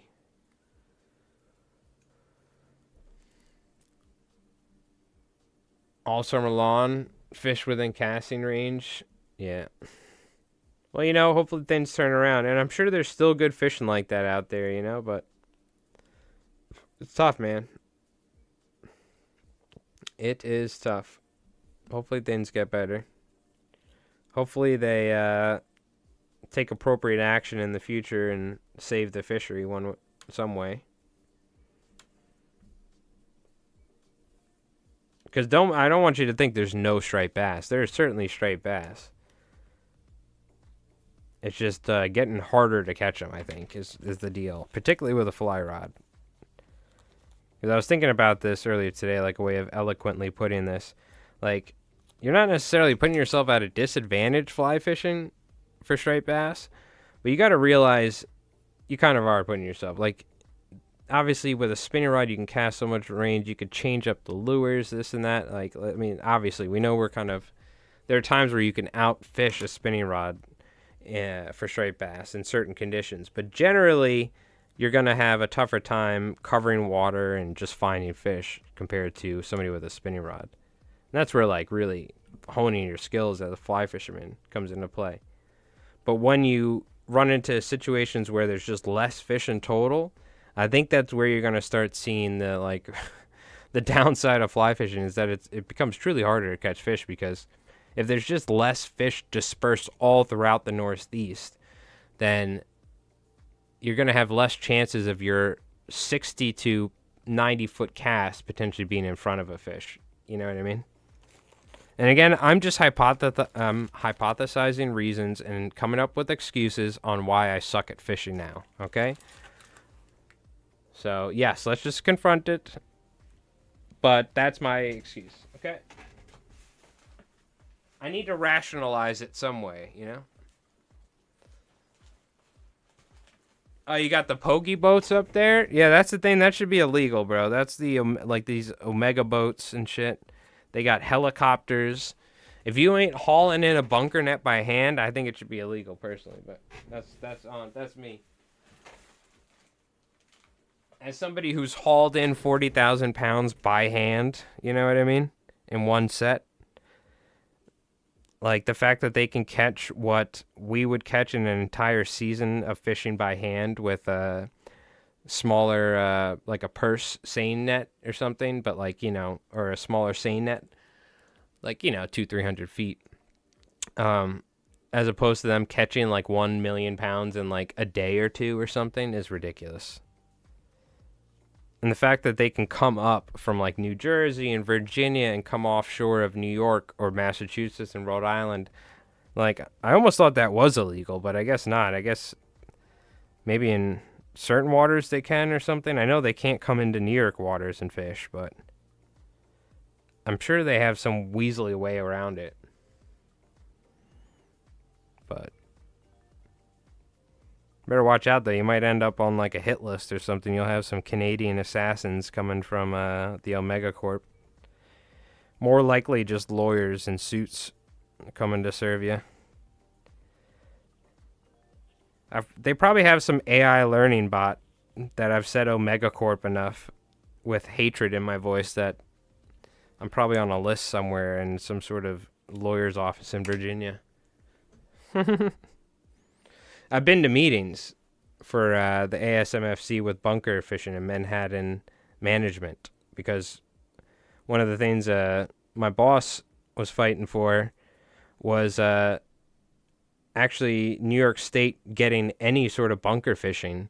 Virginia had like 70%, New Jersey had 20 something percent, and Connecticut, Massachusetts, New York, Maine, they had like they were allowed like almost zero quota for bunker fishing. So small time bunker or commercial fishermen, whether it's with a cast net for somebody getting bait for a tackle shop, or somebody with a little seine net like ours that catches like 10,000 pounds at a time and sells it to either tackle shops or like bait, like lobster fishermen, they pretty much had no quota. So they got together and they fought for other states to get some quota. So for instance, New York State got like 0.06% or 0.6% of the overall quota, or like 0.9%. So like, oh, whippy, we're allowed to catch 2 million pounds now. But like, that's how bad it was that like Virginia had such a stranglehold on the bunker fishery. And the reason why is because legislation, and private interests buying politicians and things like that down there. It's such big money that, we're talking probably, billions of dollars or something of them just sucking up an entire, probably the most important bait fish on the entire East Coast when it comes to marine life. Feeding and sustaining an entire ecosystem is Manhattan when it comes to everything from a humpback whale down to a bluefish. You know what I mean? Everything in between. From whales, dolphins, sharks, seals, birds, every type of fish you can think of. Everything eats bunker and survives off it. But instead, this mega corporation is netting them by the millions of pounds, or probably tons, who knows how many tons they get. And they use them for like fish oil or something like that, to send it up to Canada or something. And just think about how long they've been doing it. They've just been whittling down the fishery too. So, but big money, man. That's what money will get you. So I've been there in the flesh to ASMFC Manhattan meetings before. I've never been there for a striper one. I didn't go to the striper one. I was going to, but I had to finish as many flies as I could to ship them out, so. But it is important to, use your voice, especially as a voter as well. You can reach out to your representatives and stuff. It sucks you even have to do that, right? Like, why can't we just have, like, a sustainable fishery that everybody can benefit from, commercial and recreationally? Oh, there's too many variables involved, including humans. Yeah, it sucks. I hate talking about it because I hate it, like, puts me in, like, such a negative, like, funk almost thinking about it all the time. But at the same time, it's like I need to talk about it, right, every once in a while. I will try not to bring it up every stream. But if I continue not catching any fish, chat, okay, no promises. I might crash out. Okay. Let's throw a little chartreuse on the cheeks. I don't know if I almost kind of wish I left it synthetic on top, but I think this is nice. A little bit of bucktail collar support in there I think is fine. We'll put a little chartreuse on the cheeks, and then we'll go with some peacock curl on top, glue some eyes.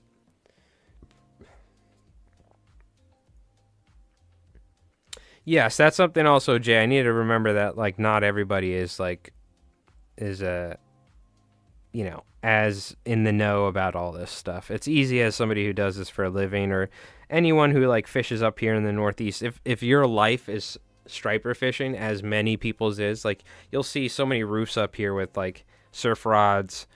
Their wife is probably pissed at them because they go at like 5 o'clock in the morning every morning before work, like these sort of, you know what I mean? Some people is like super into it, but maybe people aren't as experienced or just don't know and stuff, so it is important to talk about it. You know, one thing that I always think about is like people, some of these surf fishermen, man, some of these guys, they are so dedicated, and you could tell they probably love it so much. And I watch these guys, literally, not everybody, and I don't want to generalize. Many surf fishermen I've seen or know are like highly professional and are very good with releasing fish properly. They know the deal. But you see this with like old school guys or stuff like that, because there's this old mentality of like striped bass are super tough fish, so you can leave them outside the water for like 10 minutes and kick them back into the water with your boots. That's like that old mentality of like striper fishing. You know what I mean? Oh, they're super tough, resilient fish. Don't worry about it. After the guy's like ripping the hook out of the thing's gut and its belly swimming up, it'll be all right. You know, I've had people tell me that so many times as like a kid and stuff. That was like a very particular mentality people always had about striped bass. They are very resilient fish. But man, when I see some of these guys holding fish by the gills at night, like you see a headlamp go on, you could see the fish, right? You know, as I'm walking down. I watch this guy, I'm not even joking, because I'm walking from like a quarter of a mile away. I see this dude's headlamp goes on and his back is turned to the surf. Usually you're changing your plug or you're landing a fish. You can kind of tell when somebody's landing a fish. That's one of the things with fishing. We love to spy on other fishermen. And don't lie, anybody who fishes looks at other boats, at other people, and you're seeing if their rod's bent or whatever. Because if you're a good fisherman, you're keeping, or fisher, woman, or anybody, you're keeping track of things like that, right? Because it'd be dumb not to be like, hey, why is there 30 boats over there? And, maybe we should go check that out. Or, you know what I mean? Why is there 15 dudes standing there in the surf? So you kind of pick up on things over time and people's mannerisms. So when you see somebody's got their back turned or whatever, you're like, all right, they're probably got a fish or they're changing a plug. But, dude, I'm walking like probably a quarter mile of away. Light goes on. I see this dude, and I can tell he's got a fish, and he's holding it by the gills. And I'm this far away. It probably takes me like 10 minutes, and I'm walking past this guy. I turn around. He's still holding this fish. And then he kind of turns around and starts going back to the water like he was going to release it. And I'm like, oh my God, dude, please don't even tell me, dude. I'm like, there's no way you can tell me that fish is even remotely like, I mean, it'll probably kick, but it's probably like dying at the moment. You know what I mean? But just seeing stuff like that, and I was sitting there, I didn't catch anything. I'm watching these guys catch fish, and this guy's handling this fish like a bozo. I wanted to go up to him and say something, but you know what I mean? Like, what am I going to, some of these guys have been fishing for so long, too. Like, you can tell this dude's, like, he wasn't some young guy, either, you know. He's probably, like, some old school dude, and he's, you know. But the best is, you don't see it that often now, but back in the day, you'd see dudes kick striped bass with their boots. What they'd do is they'd drag them up on the sand, they would unhook them, and then they would kick them with their shoe. Because it would kind of be like half in the water, half in the sand, and as the tide would come up, they would kick them to kick them back in the water. And one of the reasons why, because as a kid, I saw people doing this. So I was like, oh, is that how you release striped bass? But I remember reading in Lou Tabery's book, I'm almost certain it's in Lou Tabery's Inshore Fly Fishing, he talks about how you shouldn't kick striped bass. I don't even know if he mentions about that it hurts them, because this was in the 90s. Maybe everybody was doing it. He probably does mention it, but he talks about how one of his buddies or somebody he saw get the spine. If you look on the back of the striped bass, their dorsal fins or whatever, their main fins sticking off the back, they have these super sharp spines that are embedded inside of, like, in between. You know, it's like essentially what makes up the fin. And if you kick them right, there are dudes that have got it penetrated through the neoprene in the boot into their toe. So that's where, like, I first learned about not kicking striped bass, was that you can get a spine through your neoprene boot into your foot, and you have to go to the hospital, essentially. Almost like a stingray spine or something, you know what I mean? They have, like, a super sharp and tough, like, bone or something in the back of their fin. But that just, I mean, it just goes to show that, like, how common it was. You know what I mean? You would see dudes do it all the time. They were like old school guys, you know what I mean? Nowadays, you don't see people do that because it's kind of considered, you know, a jerk move to do. Not really how you would properly handle fish, I would say. You probably will still see it. I bet you if you go out there enough, you will see somebody kick a fish with their boot. I'm not even joking. And it's not like they're football kicking it. They might be shuffling a little, but I've seen dudes straight up kick a fish. Like, imagine, that's not the that's probably not, I would imagine it's probably not the best way to handle a fish, right? But anyways, I'm fired up tonight, Chad, about the issues. We got fired up. The lack of fish has got me fired up. I don't know if this is exactly how I planned this fly looking when I was done, but I'm kind of happy with it. It works. It's perfectly fine. I almost kind of think I should have stuck with the synthetic, but that's okay. And I'm using some scraps of peacock curl, so don't judge me here. I got to go out and get some new stuff.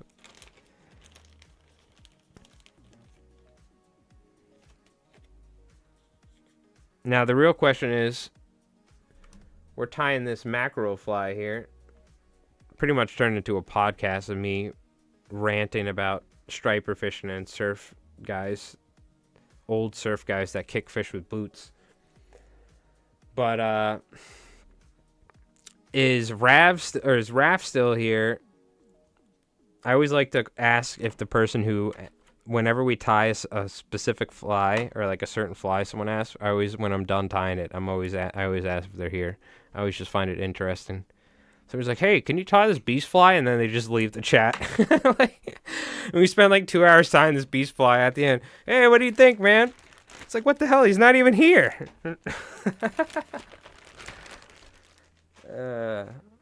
It's always funny. It's like a running gag here. Thank them for a nice fight. Be gentle and wish them well. Yeah, exactly. I swear I'm always a day late to the blitz. Yeah, I'm minutes. Just minutes. I'm always like, "Oh, you should have been here, bro. You should have been here." I feel like, something tells me, Anathasio, is that everybody feels like that. But me and you, it probably really happens to us. But something tells me everybody feels like that when they were at work, whatever,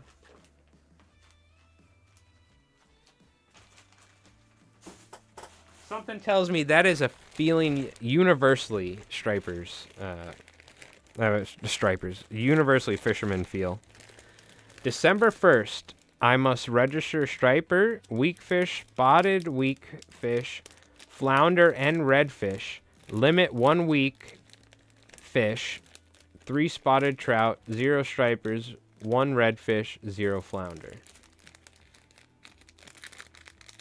Was that for the entire year, or is that just for a week?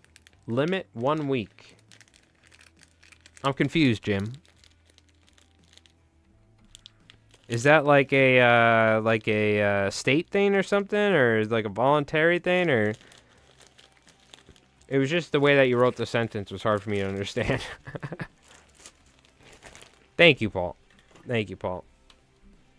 Like a little bit of a mix between a bucktail deceiver and a some sort of synthetic fly. That gentleman Paul Monahan is a great fly tyer, and after watching his video, that 6040, I was like, yeah, I'm kind of gonna get down with that. I haven't done that in a while, so. Still, we probably could have even tied this even sparser, something tells me. I talk about this, though, while we tie that one fly. I always, in my head, I'm like, dude, I want to tie this fly, and in my head, I envision it one way, and it comes out another way, but this is my style of fly tying, is what I've come to accept. Like, I don't tie, like, bulky flies, but I don't tie super sparse flies as well. You know what I'm talking about? Some people tie flies, like, their hollow flies super sparse. Some people tie them a little bit more bulky or whatever. I'm like the in-between, and that's, like, my style when it comes to these sort of flies, and that's okay. As much as I want to, like, have it look a particular way, it always comes out looking a certain way. But that's just, that's okay. That's the way I tie, I guess, and how my flies end up looking. So, because everybody has a personal style when it comes to fly tying. So that would actually be a really cool experiment. One week we should have everyone in the Discord, as a fun little thing. We have everyone tie the same fly, and we just go through and we look at all the same versions of this fly and see how they all look different compared to one another. Building that determination to find a fish? Yeah, exactly. Those guys love the Naiad? Who's that? Who loves the Naiad? I haven't tried that stuff. I got to try it. Especially because I had a request from the Roosterfish guys to potentially tie some of those Naiad flies. If you guys don't know what I'm talking about, Naiad is like a very popular material in Europe that we don't really see much here. You can get it though, like JS Stalker has it. Or J Stalker. It's not JS Stalker. I think the S stands for Stalker. J Stalker has it. And it's a like European brand fly tying material that's somewhere in between like a polar fiber type craft fur, but it's like lawn. It's an interesting material. It might even, I could be wrong. I don't even know if I've ever seen it in person, to be honest with you. But I think I'm going to have to get some. We're going to have to try it out. We could probably do a cool, like, clickbaity thumbnail title, like, Europe's secret saltwater fly tying material? Question mark? You know, and I'll do, like, and we'll have, like, I got to think of, like, a super, like British looking dude on like a Mr. Bean on like the car driving with the ropes, you know, or something. Or I don't know. We'll figure it out. Maybe I'm just going to start out of the 3 different thumbnail options that I choose. And you guys get, so if you don't know, YouTube allows you to have different thumbnails and see which one's more popular and it'll pick one over time. So you may at times watch one of my videos and go back and see later, and it may be a different thumbnail. So if you're ever wondering, that's what that is. Because I'll try different thumbnails to see what works better. And I may even do different titles because they do have that, but I haven't been getting too adventurous. But I should just start doing like 2 normal thumbnails and one of them completely batshit crazy. Just like super out there, wild. Almost nothing, like barely anything to do with like the fly or something. Probably not, but maybe every once in a while we'll get creative. It's like craft fur, but more woolly. UK Pike Xander fly videos. Yeah. So it's interesting. We'll try that out at some point for sure. Are we dropping frames? No, we're looking good. I think Twitch is. Are we good on Twitch? Is Twitch dropping frames? I think YouTube's good. I think my streaming software is good. How we looking, Twitch? Is our bitrate crap?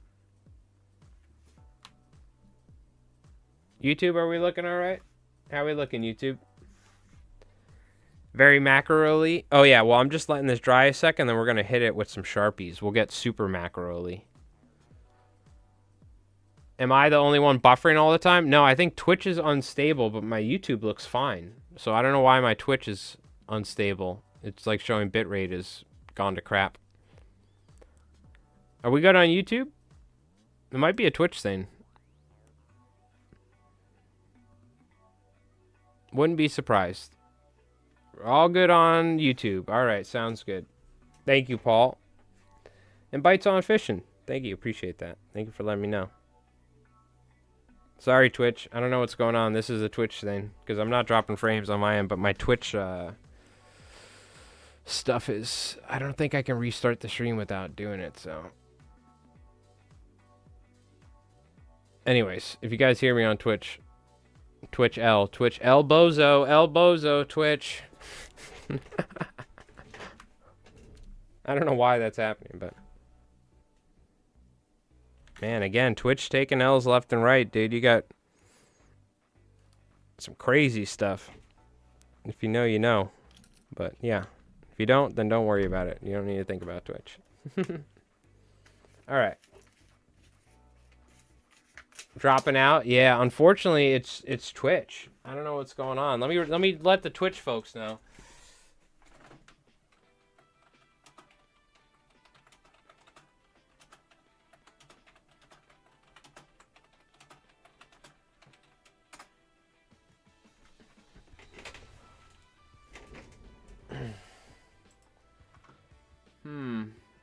Oh man, well I misspelled like every word in that sentence, but that's okay. Yeah, man, Twitch sucks. Is there no way I can like probably while I'm restreaming, there's probably no way I can just shut off the Twitch stream and restart it? Nah, there's probably no way, right? Yeah, whatever. Alright. Well, sorry, Twitch. If you guys can hear me, I don't know what the hell is going on. They're probably like, this guy has like 9 subs? We gotta cut his bitrate, bro. We gotta give it to the volleyball hot tub streamers.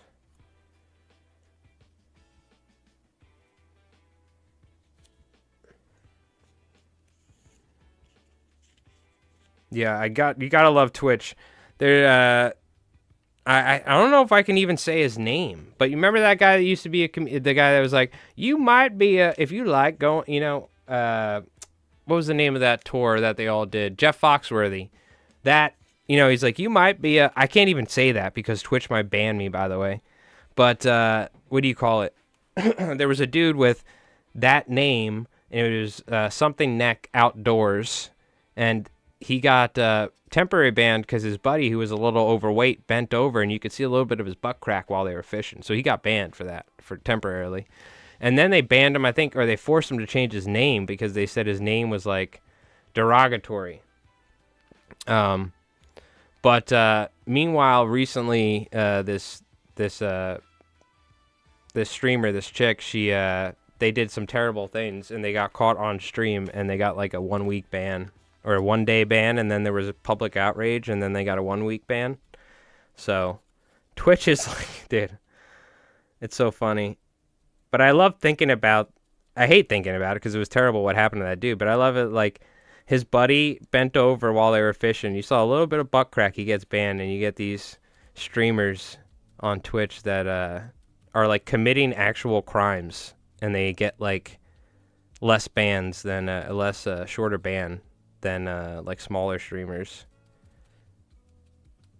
Nobody's like us,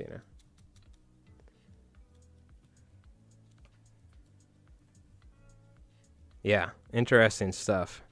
It's because the platform's run by a bunch of gooners, If you don't know that word, look it up. But unfortunately, like the Twitch used to be sick. Twitch was, like, I'd say 7 years ago, like something like that, when I was really big into like watching it and stuff, like it was a whole different platform, I feel like. But nowadays it's kind of, there's no growth for me whatsoever. I don't think we've had any new people or any new chatters for like the past, I don't know how many streams. And what do you call it? It's pretty much like if you've streamed on Twitch and you have a community, then you're good or something, or like, whoever watches. Like, the only reason I stream on Twitch is because we have Doc and Brew and everybody that watch and leans. But yeah, I couldn't imagine like starting streaming on Twitch nowadays or something. But yeah, the platform just went to crap, unfortunately, to the point to where I don't even watch it anymore because the ads are so bad in a lot of channels and stuff, to where it's like almost unwatchable, which is unfortunate. But, that's the way she goes. Oh, how the mighty have fallen. We'll see if YouTube can pick up the reins. They seem to be doing all right. They have their own flaws and things, but could be worse.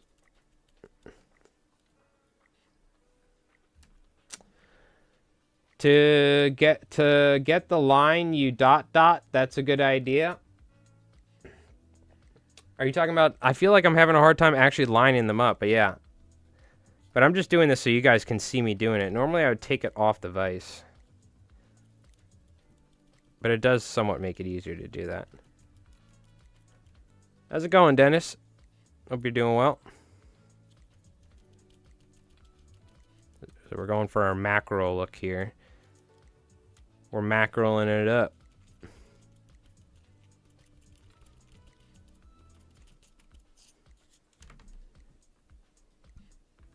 Now we're mackereled up. Gooner over here referring to an Arsenal football fan.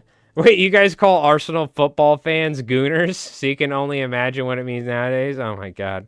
So that means all the people who hate Arsenal football fans are having a great time. They get a double meaning out of calling them gooners. Some people don't take it as an insult though, because they have their like anime waifu pillows, and they're just living the life, you know? God bless them. I feel like that one screwed it up. I shouldn't have put that front one on there. But you know what? You need irregularity. Not every mackerel has a perfect lines. You know what I mean? There's nothing wrong with having a slightly abnormal line on a mackerel. I do need to fix this though, because I ended up moving that eye by accident, and I want to make sure it's glued properly. We are going to put liquid fusion over it, so...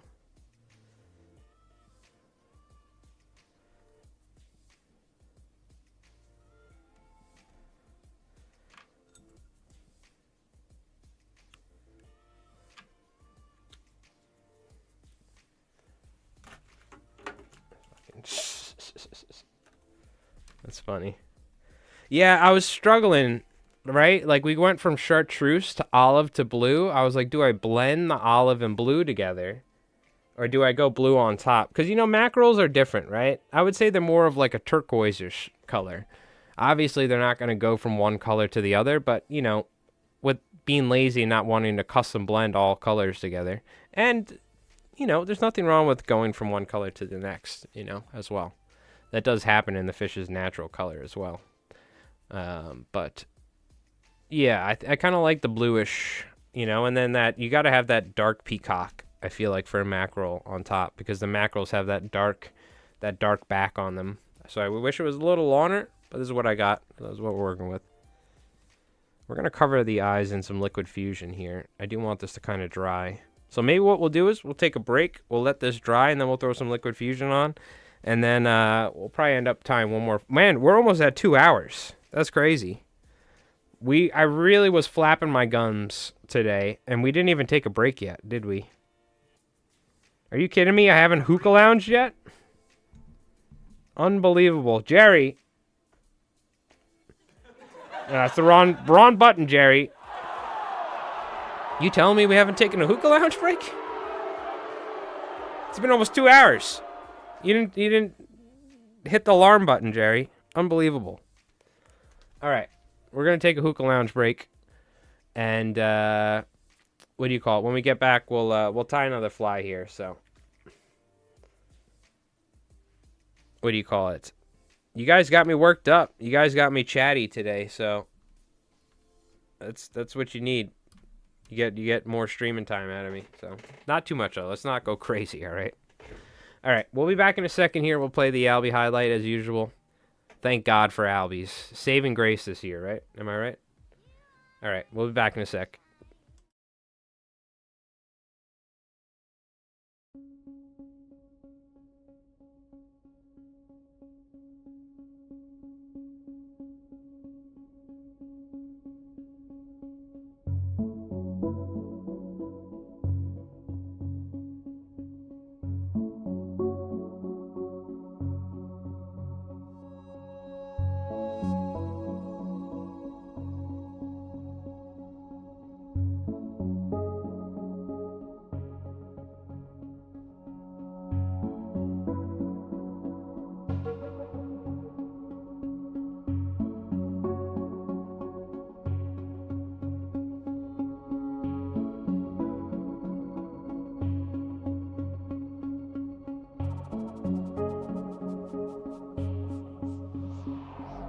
Yeah, dude. Yeah, dude. Stay tight, all right? Yeah, keep it tight. Yeah, dude. Yeah, Aiden. Knuckle buster. Are you good? Do you need me to do anything? Yeah, I might need a ride. Yes. Okay. Hold on, I'm gonna turn now. I'm gonna try and get on the valve. Yeah, get on the valve. All right, you're doing good. Keep doing your thing. I'm gonna move us away.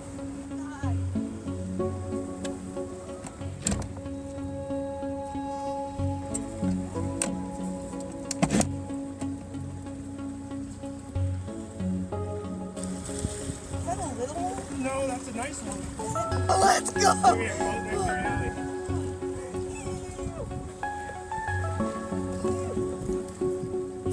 Good job. That's sick.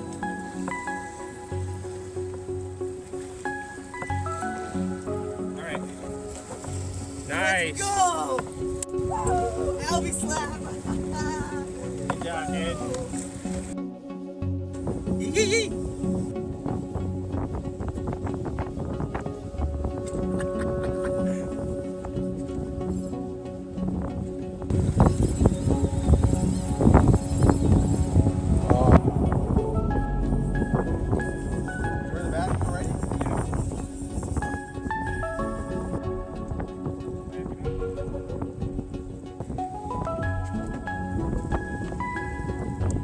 Looking down the barrel of a 12 gauge little tuny, bro. On the Albihor too.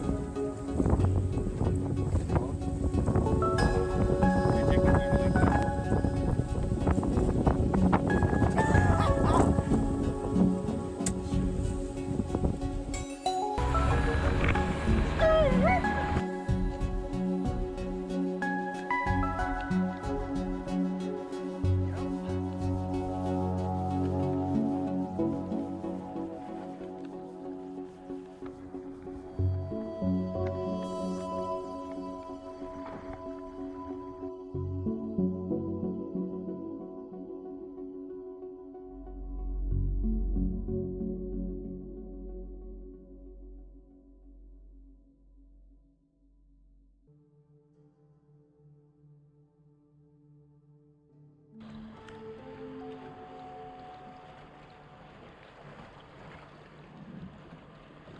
Oh my god, dude!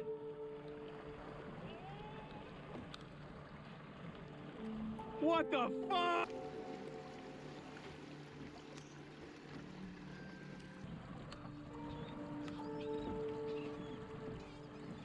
Woohoo!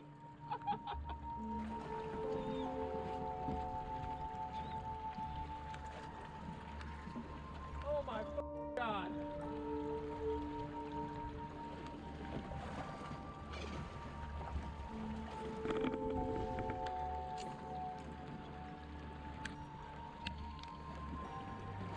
Yep.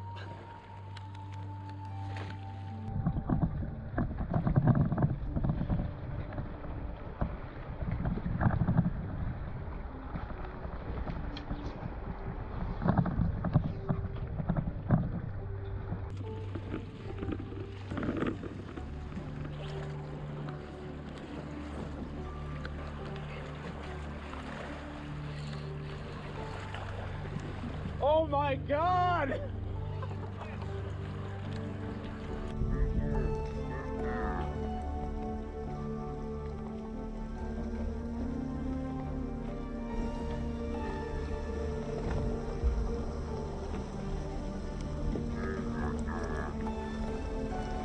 Gotta turn the boat so I can cast.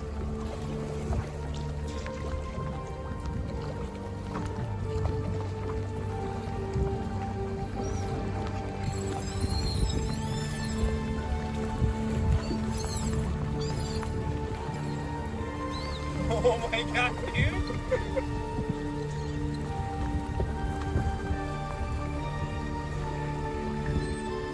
Alright, get back to catching him, Diego.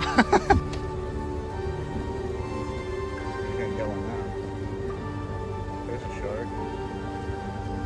And oh, give me a sec here. There we go. We're back.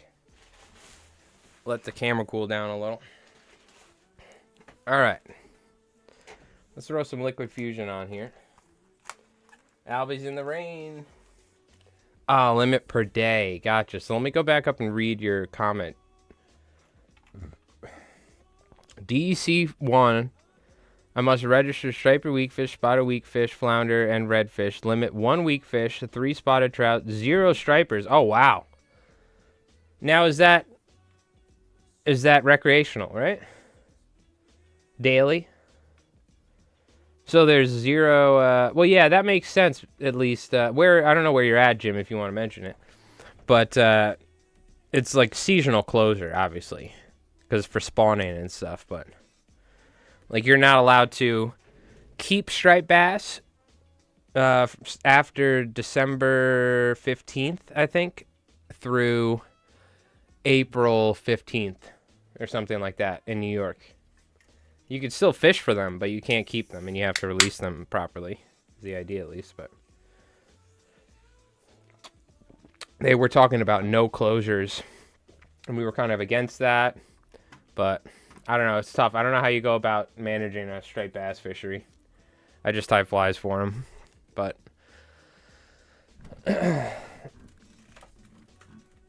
Naiad is, a.k.a. Snow Runner, is natural hair. Really? Is it natural hair?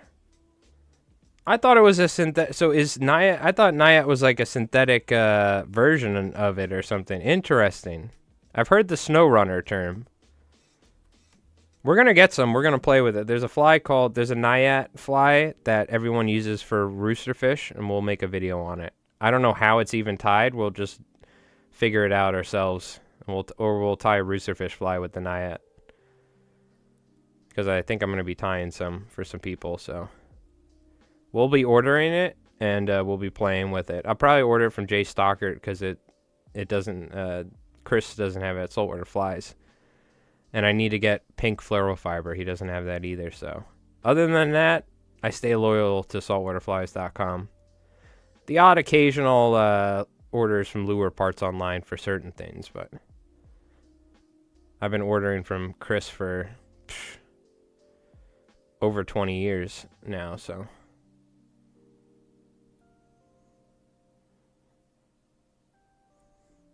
And we do business with the man, so it's nice to keep it with people you know. But I will be ordering some Naiad. We'll be getting some pink fluorofiber. We'll be using the LI Flies Mike coffee fund from YouTube to help support these purchases. A shout out to all the coffee fund and the LI Flies Mike members and the Twitch subs.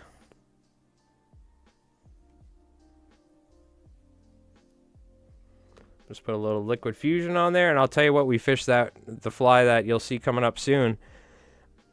Shout out to Johnny Canes. Johnny Canes has revolutionized 3D eyes for me. 3D eyes, at some point, will fall off if you just glue them like with the E6000. But when you put the liquid fusion on there, and you let that dry for a day, the life of the eyes sticking on the fly goes up from like a day of fishing or a week of fishing or whatever to like years. It's crazy how much durability it adds. Is there a slot limit? Yeah. Striped bass, they just recently, a couple years ago, made a slot limit. And previously it was 28 inches. So when I was a kid, it was 18 inches and up. You could keep anything 18 inches and up. Then it was 28 inches, they changed it to and up. Then, I don't know how many years ago it is now, they made a slot size where it's 28 inches to 36 inches. Hey, Raph's here. Let's go. Raph wanted a mackerel fly. Raph, we tied one. You like it? You like it? Very nice. He passed the test. He passed the at the end of the fly tied test.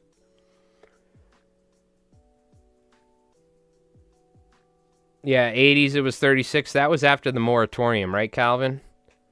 So after the moratorium, it was 36 and up. And what I heard from a lot of people, or over 36, was that there was a lot of fish that were in the 36-inch range that they were catching. And you got to realize there were guys that, a lot of dudes like that spin fish now were also fly fishing back in the 80s or 70s and stuff in like the late 60s and 70s when fly fishing kind of got a little bit more popularized. Not as much as it did in the 90s, but back then when like, you know, like Yunner Bob Popovics and all these people and all these dudes, or Lefty Cray or whoever, you know, and you got Kenny Abrams and Lou Taberies, or, you know, whatever, Chris Windrums, all these people back, you know, in like the 80s and stuff after the moratorium, or in the 90s, like after that stage, you were getting a lot of fish in that 36 range because it seems like if you have the slot size or the size limit at 36, we'll say, then you're going to get a lot of fish at 36 and under.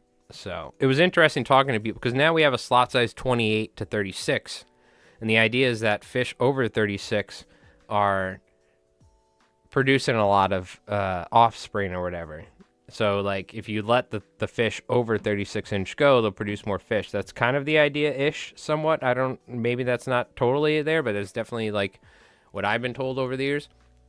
I don't know if that's even 100% true, but and in theory, you should be seeing more larger fish because of it. But, yeah, I don't know. I've heard different camps where people are like, 36 and up is the way to go. So you give fish more time to reproduce.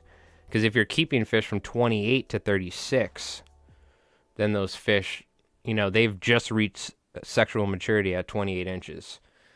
So, I don't know. It's really interesting. I say it's interesting. It's literally like the future of striped bass fishing is in the hands of these lawmakers. So we'll see what happens. But from what I've heard from the dudes that were around before me, after the moratorium ended, there was amazing fishing and particularly a lot of fish in that 36-inch range. Thank you, Raph. I appreciate it, my friend. Good suggestion. I was thinking about mackerel flies recently, but it is nice to have a hybrid sort of synthetic and bucktail. I do think, though, if you're going to go this route, having the synthetics up top to help keel the fly and turn the fly over and just have your sparse bucktail on the belly is the way to go with this sort of fly. And having a lead keel is important, obviously. You know what I mean? But still, with that being said, it is important to, like, the synthetic material will definitely affect the way that the fly turns over, just due to the mass and everything like that. So, slammed them in the 90s. Yeah, if you look at the spawning results of striped bass, you'll see that there was amazing spawns in the 90s, and there were some amazing spawns in, like, the 2008s or something, like, around that time, like, when I was in high school, or, like, leaving high school and stuff.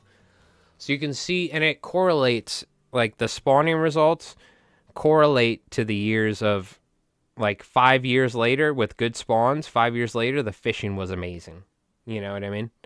So it's funny, interesting. I went back and looked at the chart, and I went back and thought, like, when were the years of me, like, growing up when, like, the best fishing was that I experienced. And it definitely, you have the correlation of a couple years after, like 4 or 5 years after fantastic spawning results, you'll have like 4 or 5 years of amazing fishing.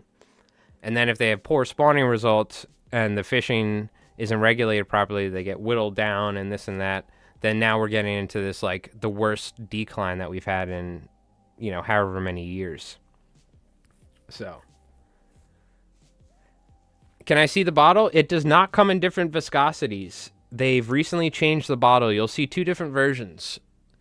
You'll see this version, which I'm almost certain is old bottles, and they don't even make anymore. This is the old bottle that you'll see being sold at fly tying shops and online at different fly tying distributors.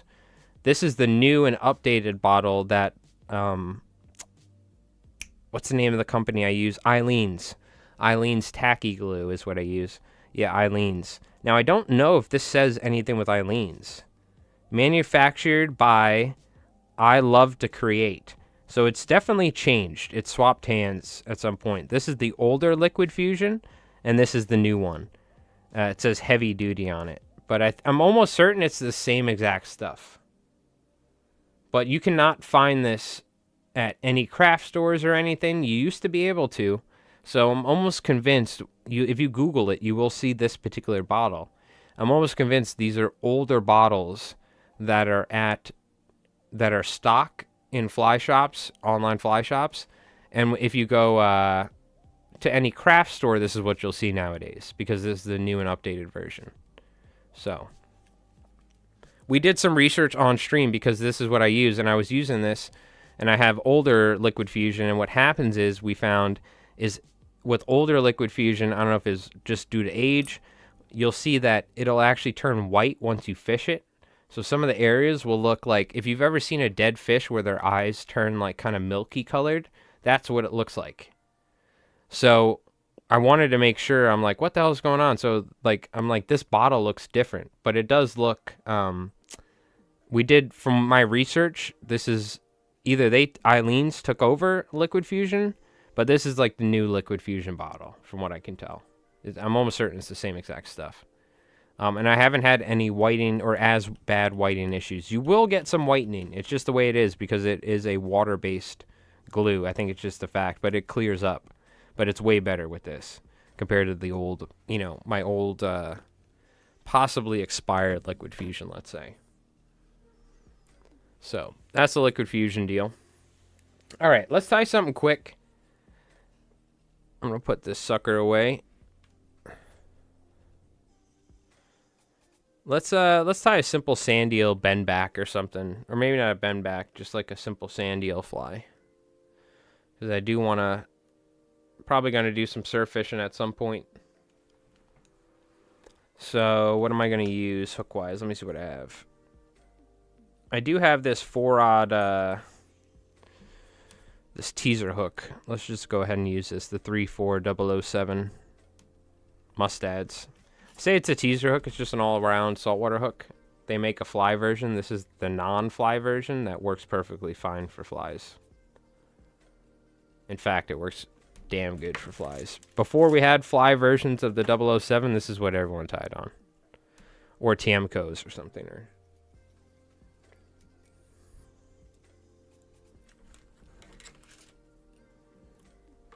Alright. So.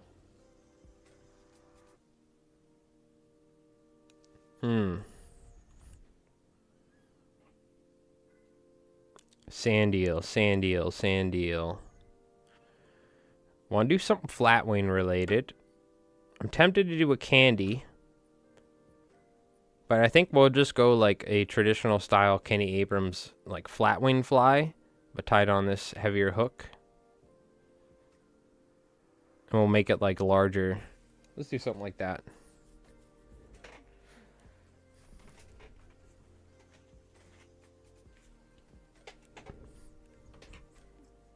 So we'll take a little bit of bucktail here. We use this as support. Sand eel though, so that means everything's going to be like 1/8 of the sparseness that we just tied. Because if you ever look at sand eels in real life, they are one of the thinnest baits that you'll see, even in adult size. In adult size, they become like the thickness, like half the thickness of an adult spearing, I would say. All right.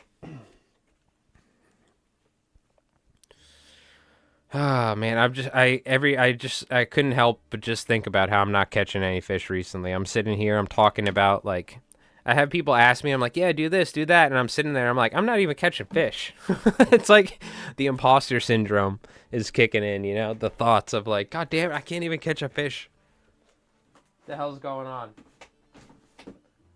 Just for my mental health, I need to catch some fish soon. You know what I mean?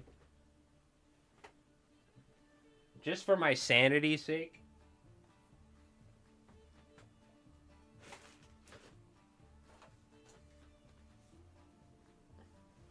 I need to go into the surf, catch a 29-inch bass on a sand eel fly for my mental sake. I need to do it. These fish are going to drive me crazy. I could probably go catch one in the back bay. Make a lucky, see a blitz on a boat. I got to go in the surf, though. I got to catch one. Got to go fish a trough. You know how it works. Let's see if I can get this to lay flat without having to use a little cushion. You know what? I'm fishing this fly. That's good enough for government work. That was one of my favorite things that the old guys, and I say old guys, but they were like in their 50s, you know, or 60s. And I was like a kid in my, 20 years old as a mechanic, whatever, right? And the guys that I work with, one of the guys, Rob, awesome dude. We went fishing a couple times. He used to say, he'd be like, good enough for government work, and it would piss my boss off so bad at the shop. Because he's like, what do you mean good enough for government work? We're working on cars. You're supposed to you do it as good as you can. And he would just, of course he's doing as good of a job as he could. You know, he's like doing a great job, like rebuilding a carburetor on this like Camaro, 60-something Camaro. But he would purposely say like, oh, that's good enough for government work in front of my boss. And it would piss him off every time. It was so good. So I love saying that. Especially if I like work for anybody, I'm like, yeah, it's good enough for government work. And they're like, what? Because the whole idea is that it's like, half-assed job or something. But I love saying that. You'll hear me say it all the time. And I always think about Rob, him purposefully like triggering my boss. It was so good. Because I'm the only dude under like 40. And I was like 20 years old working with these dudes, you know what I mean? It was good times. You're the shop kid having to run tires all over the place and stuff. I was out fishing last week. While I was out there, suddenly a porpoise creatures stopped by.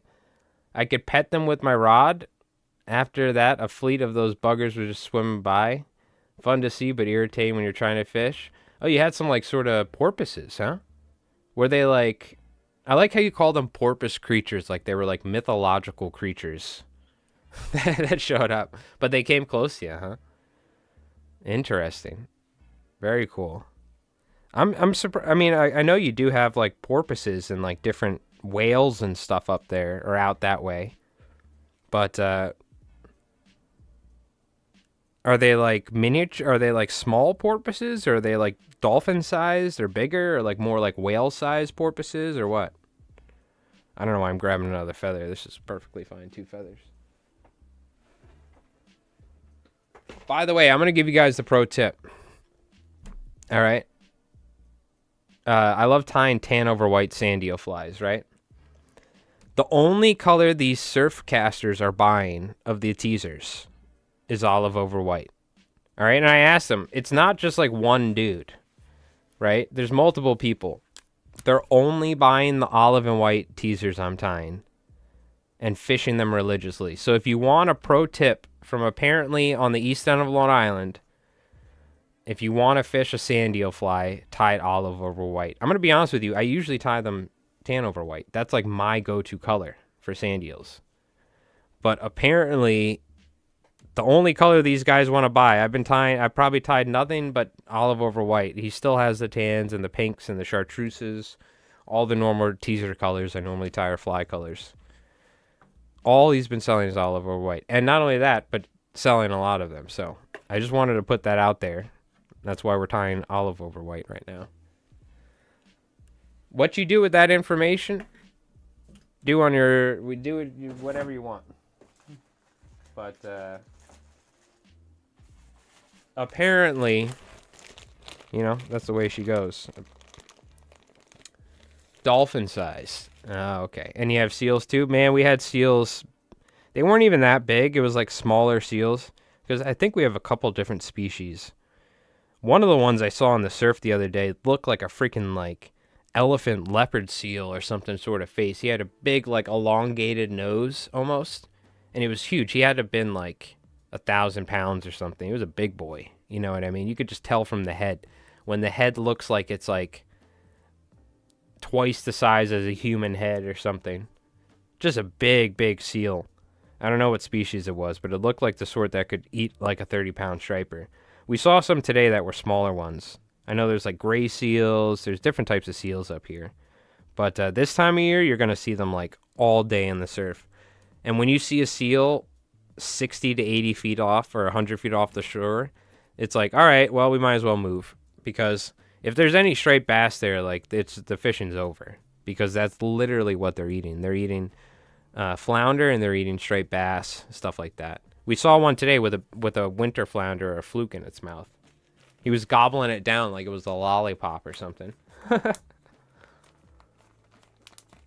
Ended up as it's all good. Look, we only got, 6 people watching on Twitch. Don't worry about it, Hayes. If you type...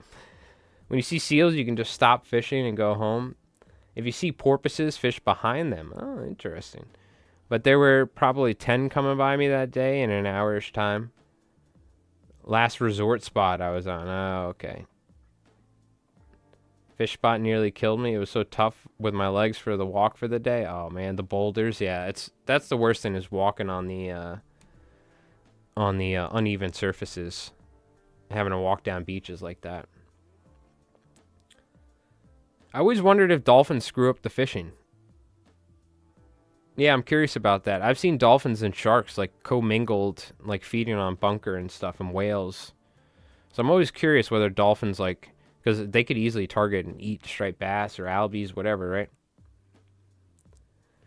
Grays are usually bigger than common ones. They love hunting conger eels over here. You've seen one's been shredded one time? Huh. Interesting. We'll have to look up. I got to see. You know, it could have just been a much larger, adult male seal that, had grown and its nose has grown over time, But it almost looked like a different species. Because you see these smaller guys that'll sit on the bridge pylons, and then you'll see the big boys out in the surf. There's some that are gray. There's some that are lighter, like whitish, grayish color with, spots and stuff. There's a couple of different species we have out here, but... There's one really big species that you'll have actually take fish off your line, or they used to stalk my kayaks and stuff like that.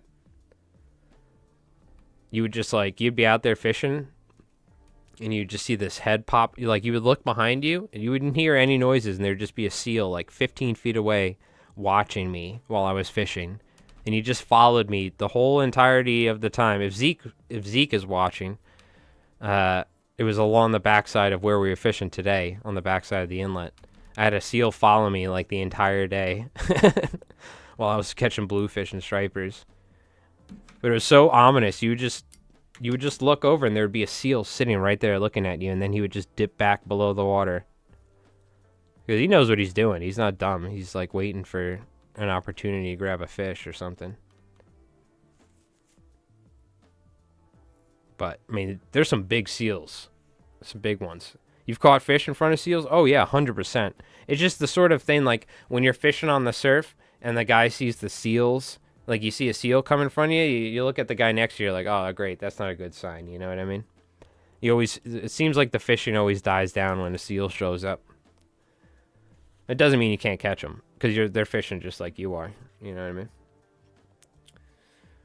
A seal stole my ducks when duck hunting? Really? I mean, there are seals that are meat eaters and stuff, but I thought those were leopard seals and stuff. You had a seal grab a downed duck while you were duck hunting? That's wild. Dude, that's crazy. You're getting the canoe, or you're getting your retriever out there. The seal comes up, just grabs it. That's wild. I wonder, was it gonna eat it, or? I mean, I know certain seals are you have ones that eat penguins and stuff, right? Those are leopard seals, I think, right? Up in the Arctic and stuff. But I know most of the seals are here are just fish eaters. More than once. That is crazy. That's a hell of a TikTok clip or a YouTube short right there. If you can, while you're duck hunting, just be ready every time. Just wait for that seal. It's probably the same seal, too. He took one. He took every one all day. That's wild. I'll have to ask my buddy or something about that. That is crazy. I'm assuming it was a big one, right? A bigger seal. You know what I'm talking about? We get smaller ones up here in the Northeast. I don't know if they're juvenile seals or I think they're different species. Like there's some like wildlife rescues up here, or like Atlantis Aquarium. Previously, before they were the aquarium, they like the people that were involved, or the people that are there now that deal with seal rescue. They had their own seal rescue place here on on Long Island back in the 90s. I remember we visited. You could go visit. They had like big tanks in this building. You could just walk in and look at the seals. It was actually really cool. But now they moved it to an aquarium, which is probably the proper thing to do. It's like they have a whole like research thing and everything, like animal, they can like do surgery on seals if they need to or something. But you would see like these different types of seals, and I remember specifically we see them during the winter, the like smaller seals, and I think they're different. They're different species than these like larger, like brownish black ones that we see all the time. He would sun on a big rock and then slither in. That's funny. They're not dumb. I'll tell you that much. They are certainly not dumb. After my kayaking expeditions, I learned myself that seals are not dumb. And I'll tell you this: you'll never hook a seal. I mean, maybe someone has. Because maybe there was a couple dumb ones out there, but it's the same thing with a dolphin. Like you'll never hook a dolphin with a hook because they're not stupid. Like they could tell what the hell's going on.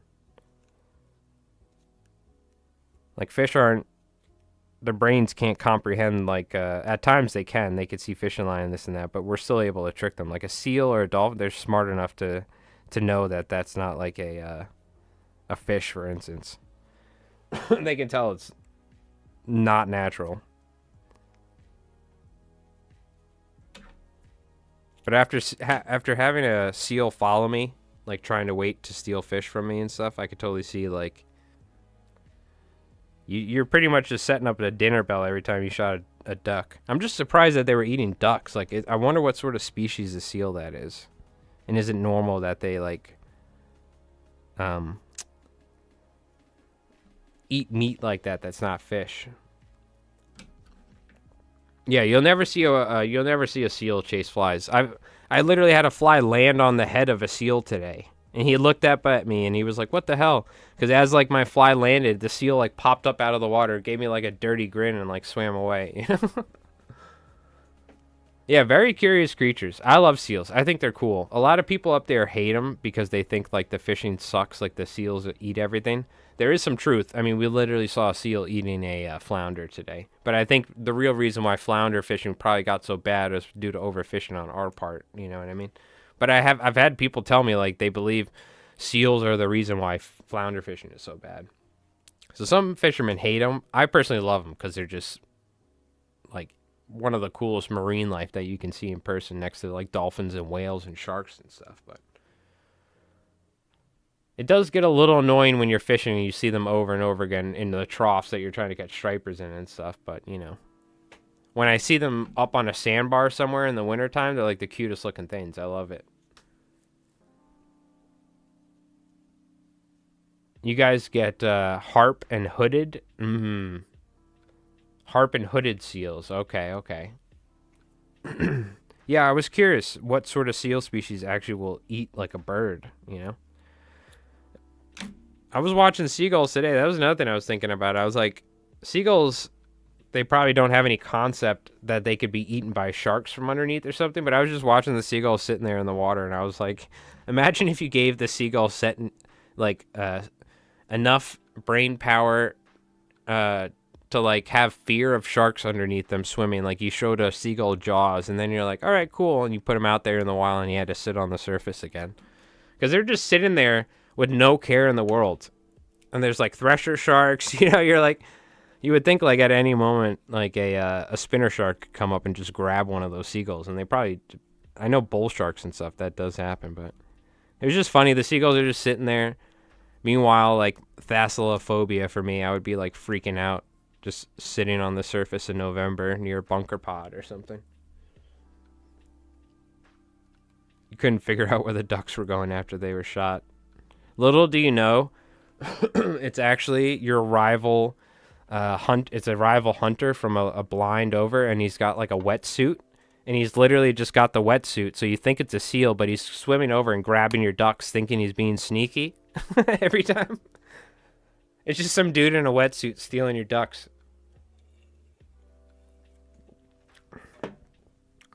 And he just he thinks he's getting away with it. You know what I mean? And you guys think he's a seal. And there you go. It's just Jerry. He's following you from, he sees where your car's parked, so. Dude, I've had some weird experiences hunting. I've told this before, but like people like get upset that you're in a spot somewhere. They're like, this is my tree, right? I'm like, what? Like I've had dudes walk up to me while I'm in a tree stand. They're like, I usually hunt over there. I'm like, oh, okay, cool. I don't know why. How would I know that? You know what I mean? All right, well, cool. If you want, you can hunt that tree. That's where I usually hunt. I'm gonna go there, but I usually hunt here. And just like standing by the tree while I'm like fucking. I'm like, all right. I just start climbing down the tree. All right, cool, dude. I'll just leave. Don't worry about it. So I wouldn't be surprised. A dude in a wetsuit stealing them.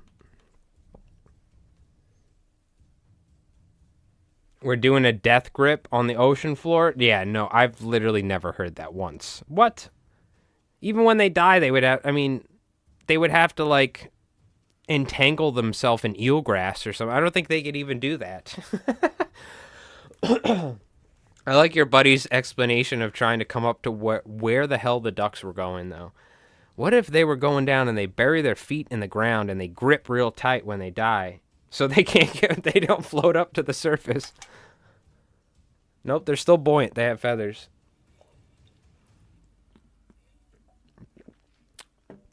Only one seal eats birds and is a leopard seal. What part in the world is he? Because that's a super rare thing.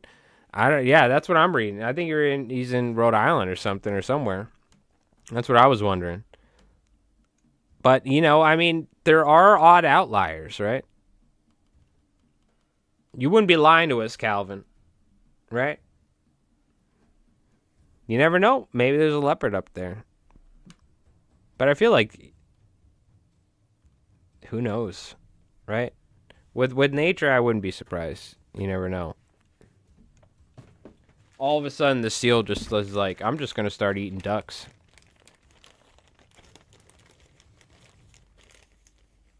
But yeah, I thought like leopards eat penguins and stuff. Those are like one of the only ones. Super truism. Well, there you go. If it's super truism, I don't know. Chat, well, do with that what you will, the duck story. Whether it's a rogue leopard or it is actually a guy in a wetsuit.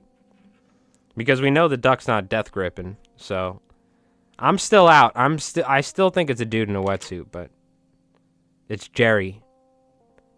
You're the guy that like hates you guys because you guys are always banning ducks left and right. I'm telling you. That's what we'll let, the jury can decide, which is chat. You guys can make your own decision.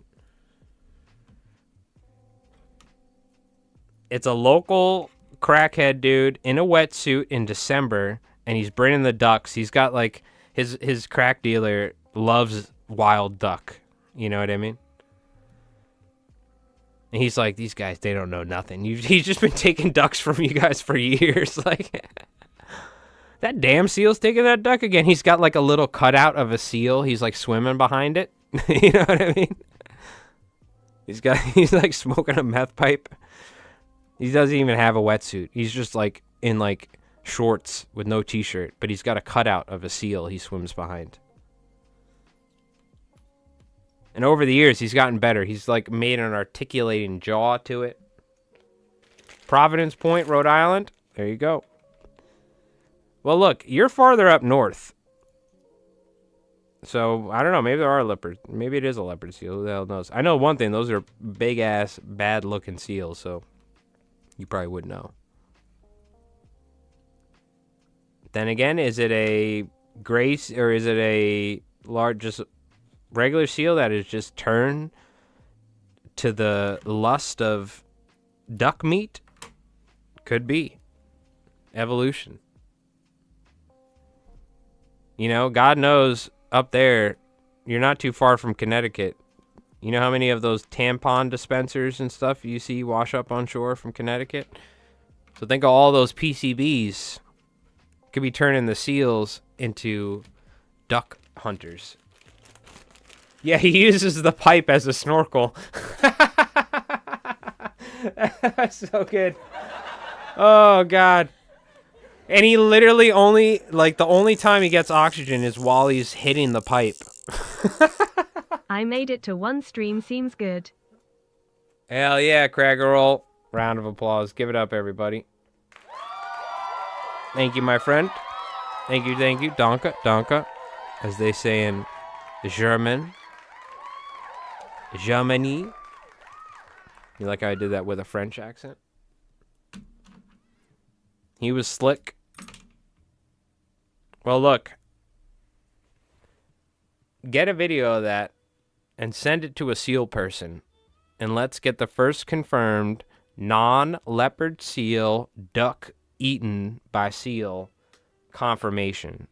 It'll probably be written more eloquently or in a more eloquent manner by the people with PhDs. But let's do it. I just want a citation that I pushed you to get this done. You're really doing all the work here, you know what I mean, in terms of the scientific discoveries, but I just want a like a notary on there that, you know. But I will say, as cool as that is, Doc won the night with me picturing a crackhead with a seal cutout stealing Calvin's ducks, but the only way he's actually breathing is through the crack pipe, and he's actually hitting the crack. He's like got one hand holding, like the seal is attached to his arm with like duct tape, the seal cutout. So he's got the lighter in his left hand, and he's holding his lips are sticking right out of the surface. He's got his nose like taped up, and he's constantly lighting the crack pipe and hitting it as he's going and grabbing the fucking duck. That's how I picture it in my head. Yep. Dankeschön. Yep. Dankeschön. Yep. I learned that from an ex-girlfriend's aunt. And I was like, I'm going to take that in my back pocket. I'm going to use it. I like it. Danke. So, very cool. All right, chat. Well, there you go. We tied some flies. My voice is going out already. And hopefully Djibouti Show started their stream so I can watch them do something. But thank you so much, chat. Look, we have a Slinky Fiber Peanut Bunker coming out on Sunday for everybody. Probably tomorrow at some point for the members, for a little bit early access. And then we have a pretty in-depth, intensive kind of throwback to talking while tying filming. And we're doing our take on Paul Monahan's weedless rig fly that we tied in our style. So Google it under images, harbor seal. Okay. I'm not going to see a dude with a crack pipe, am I? All right. I'll take a look. All right. Sounds good. All right, chat. Well, you have a great weekend. Good luck if you guys are going out there fishing on Sunday. I know we have some folks that are. And go out there and catch them up. So, and shout out to Rev. Yo, Rev. Coming in with the 18-month membership on YouTube. Thank you so much, my friend. Sunday, let's game it up. I don't know what we do. I still haven't even edited the last game, but that one's going to take a while, but I've started working on it. But, what do you call it? Sunday we should be good. Maybe we'll do like a smaller fun game or something. Or if we get Chris out or something. I don't know. Hit me up. We'll see. But I'm down to film something, so. All right, chat. Thank you so much for handing out. Calvin, Doc, Hayes, Rev. Thank you, brother, again for the re-up on the membership, my friend. Paul, Hayes.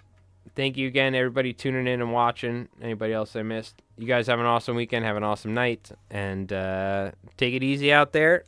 And we got a new video coming out on Sunday. And then we got some more videos coming out later next week. So, All right, chat. You take it easy. You have an awesome night, and have a great weekend. All right, go out there and catch some fish. Tight lines.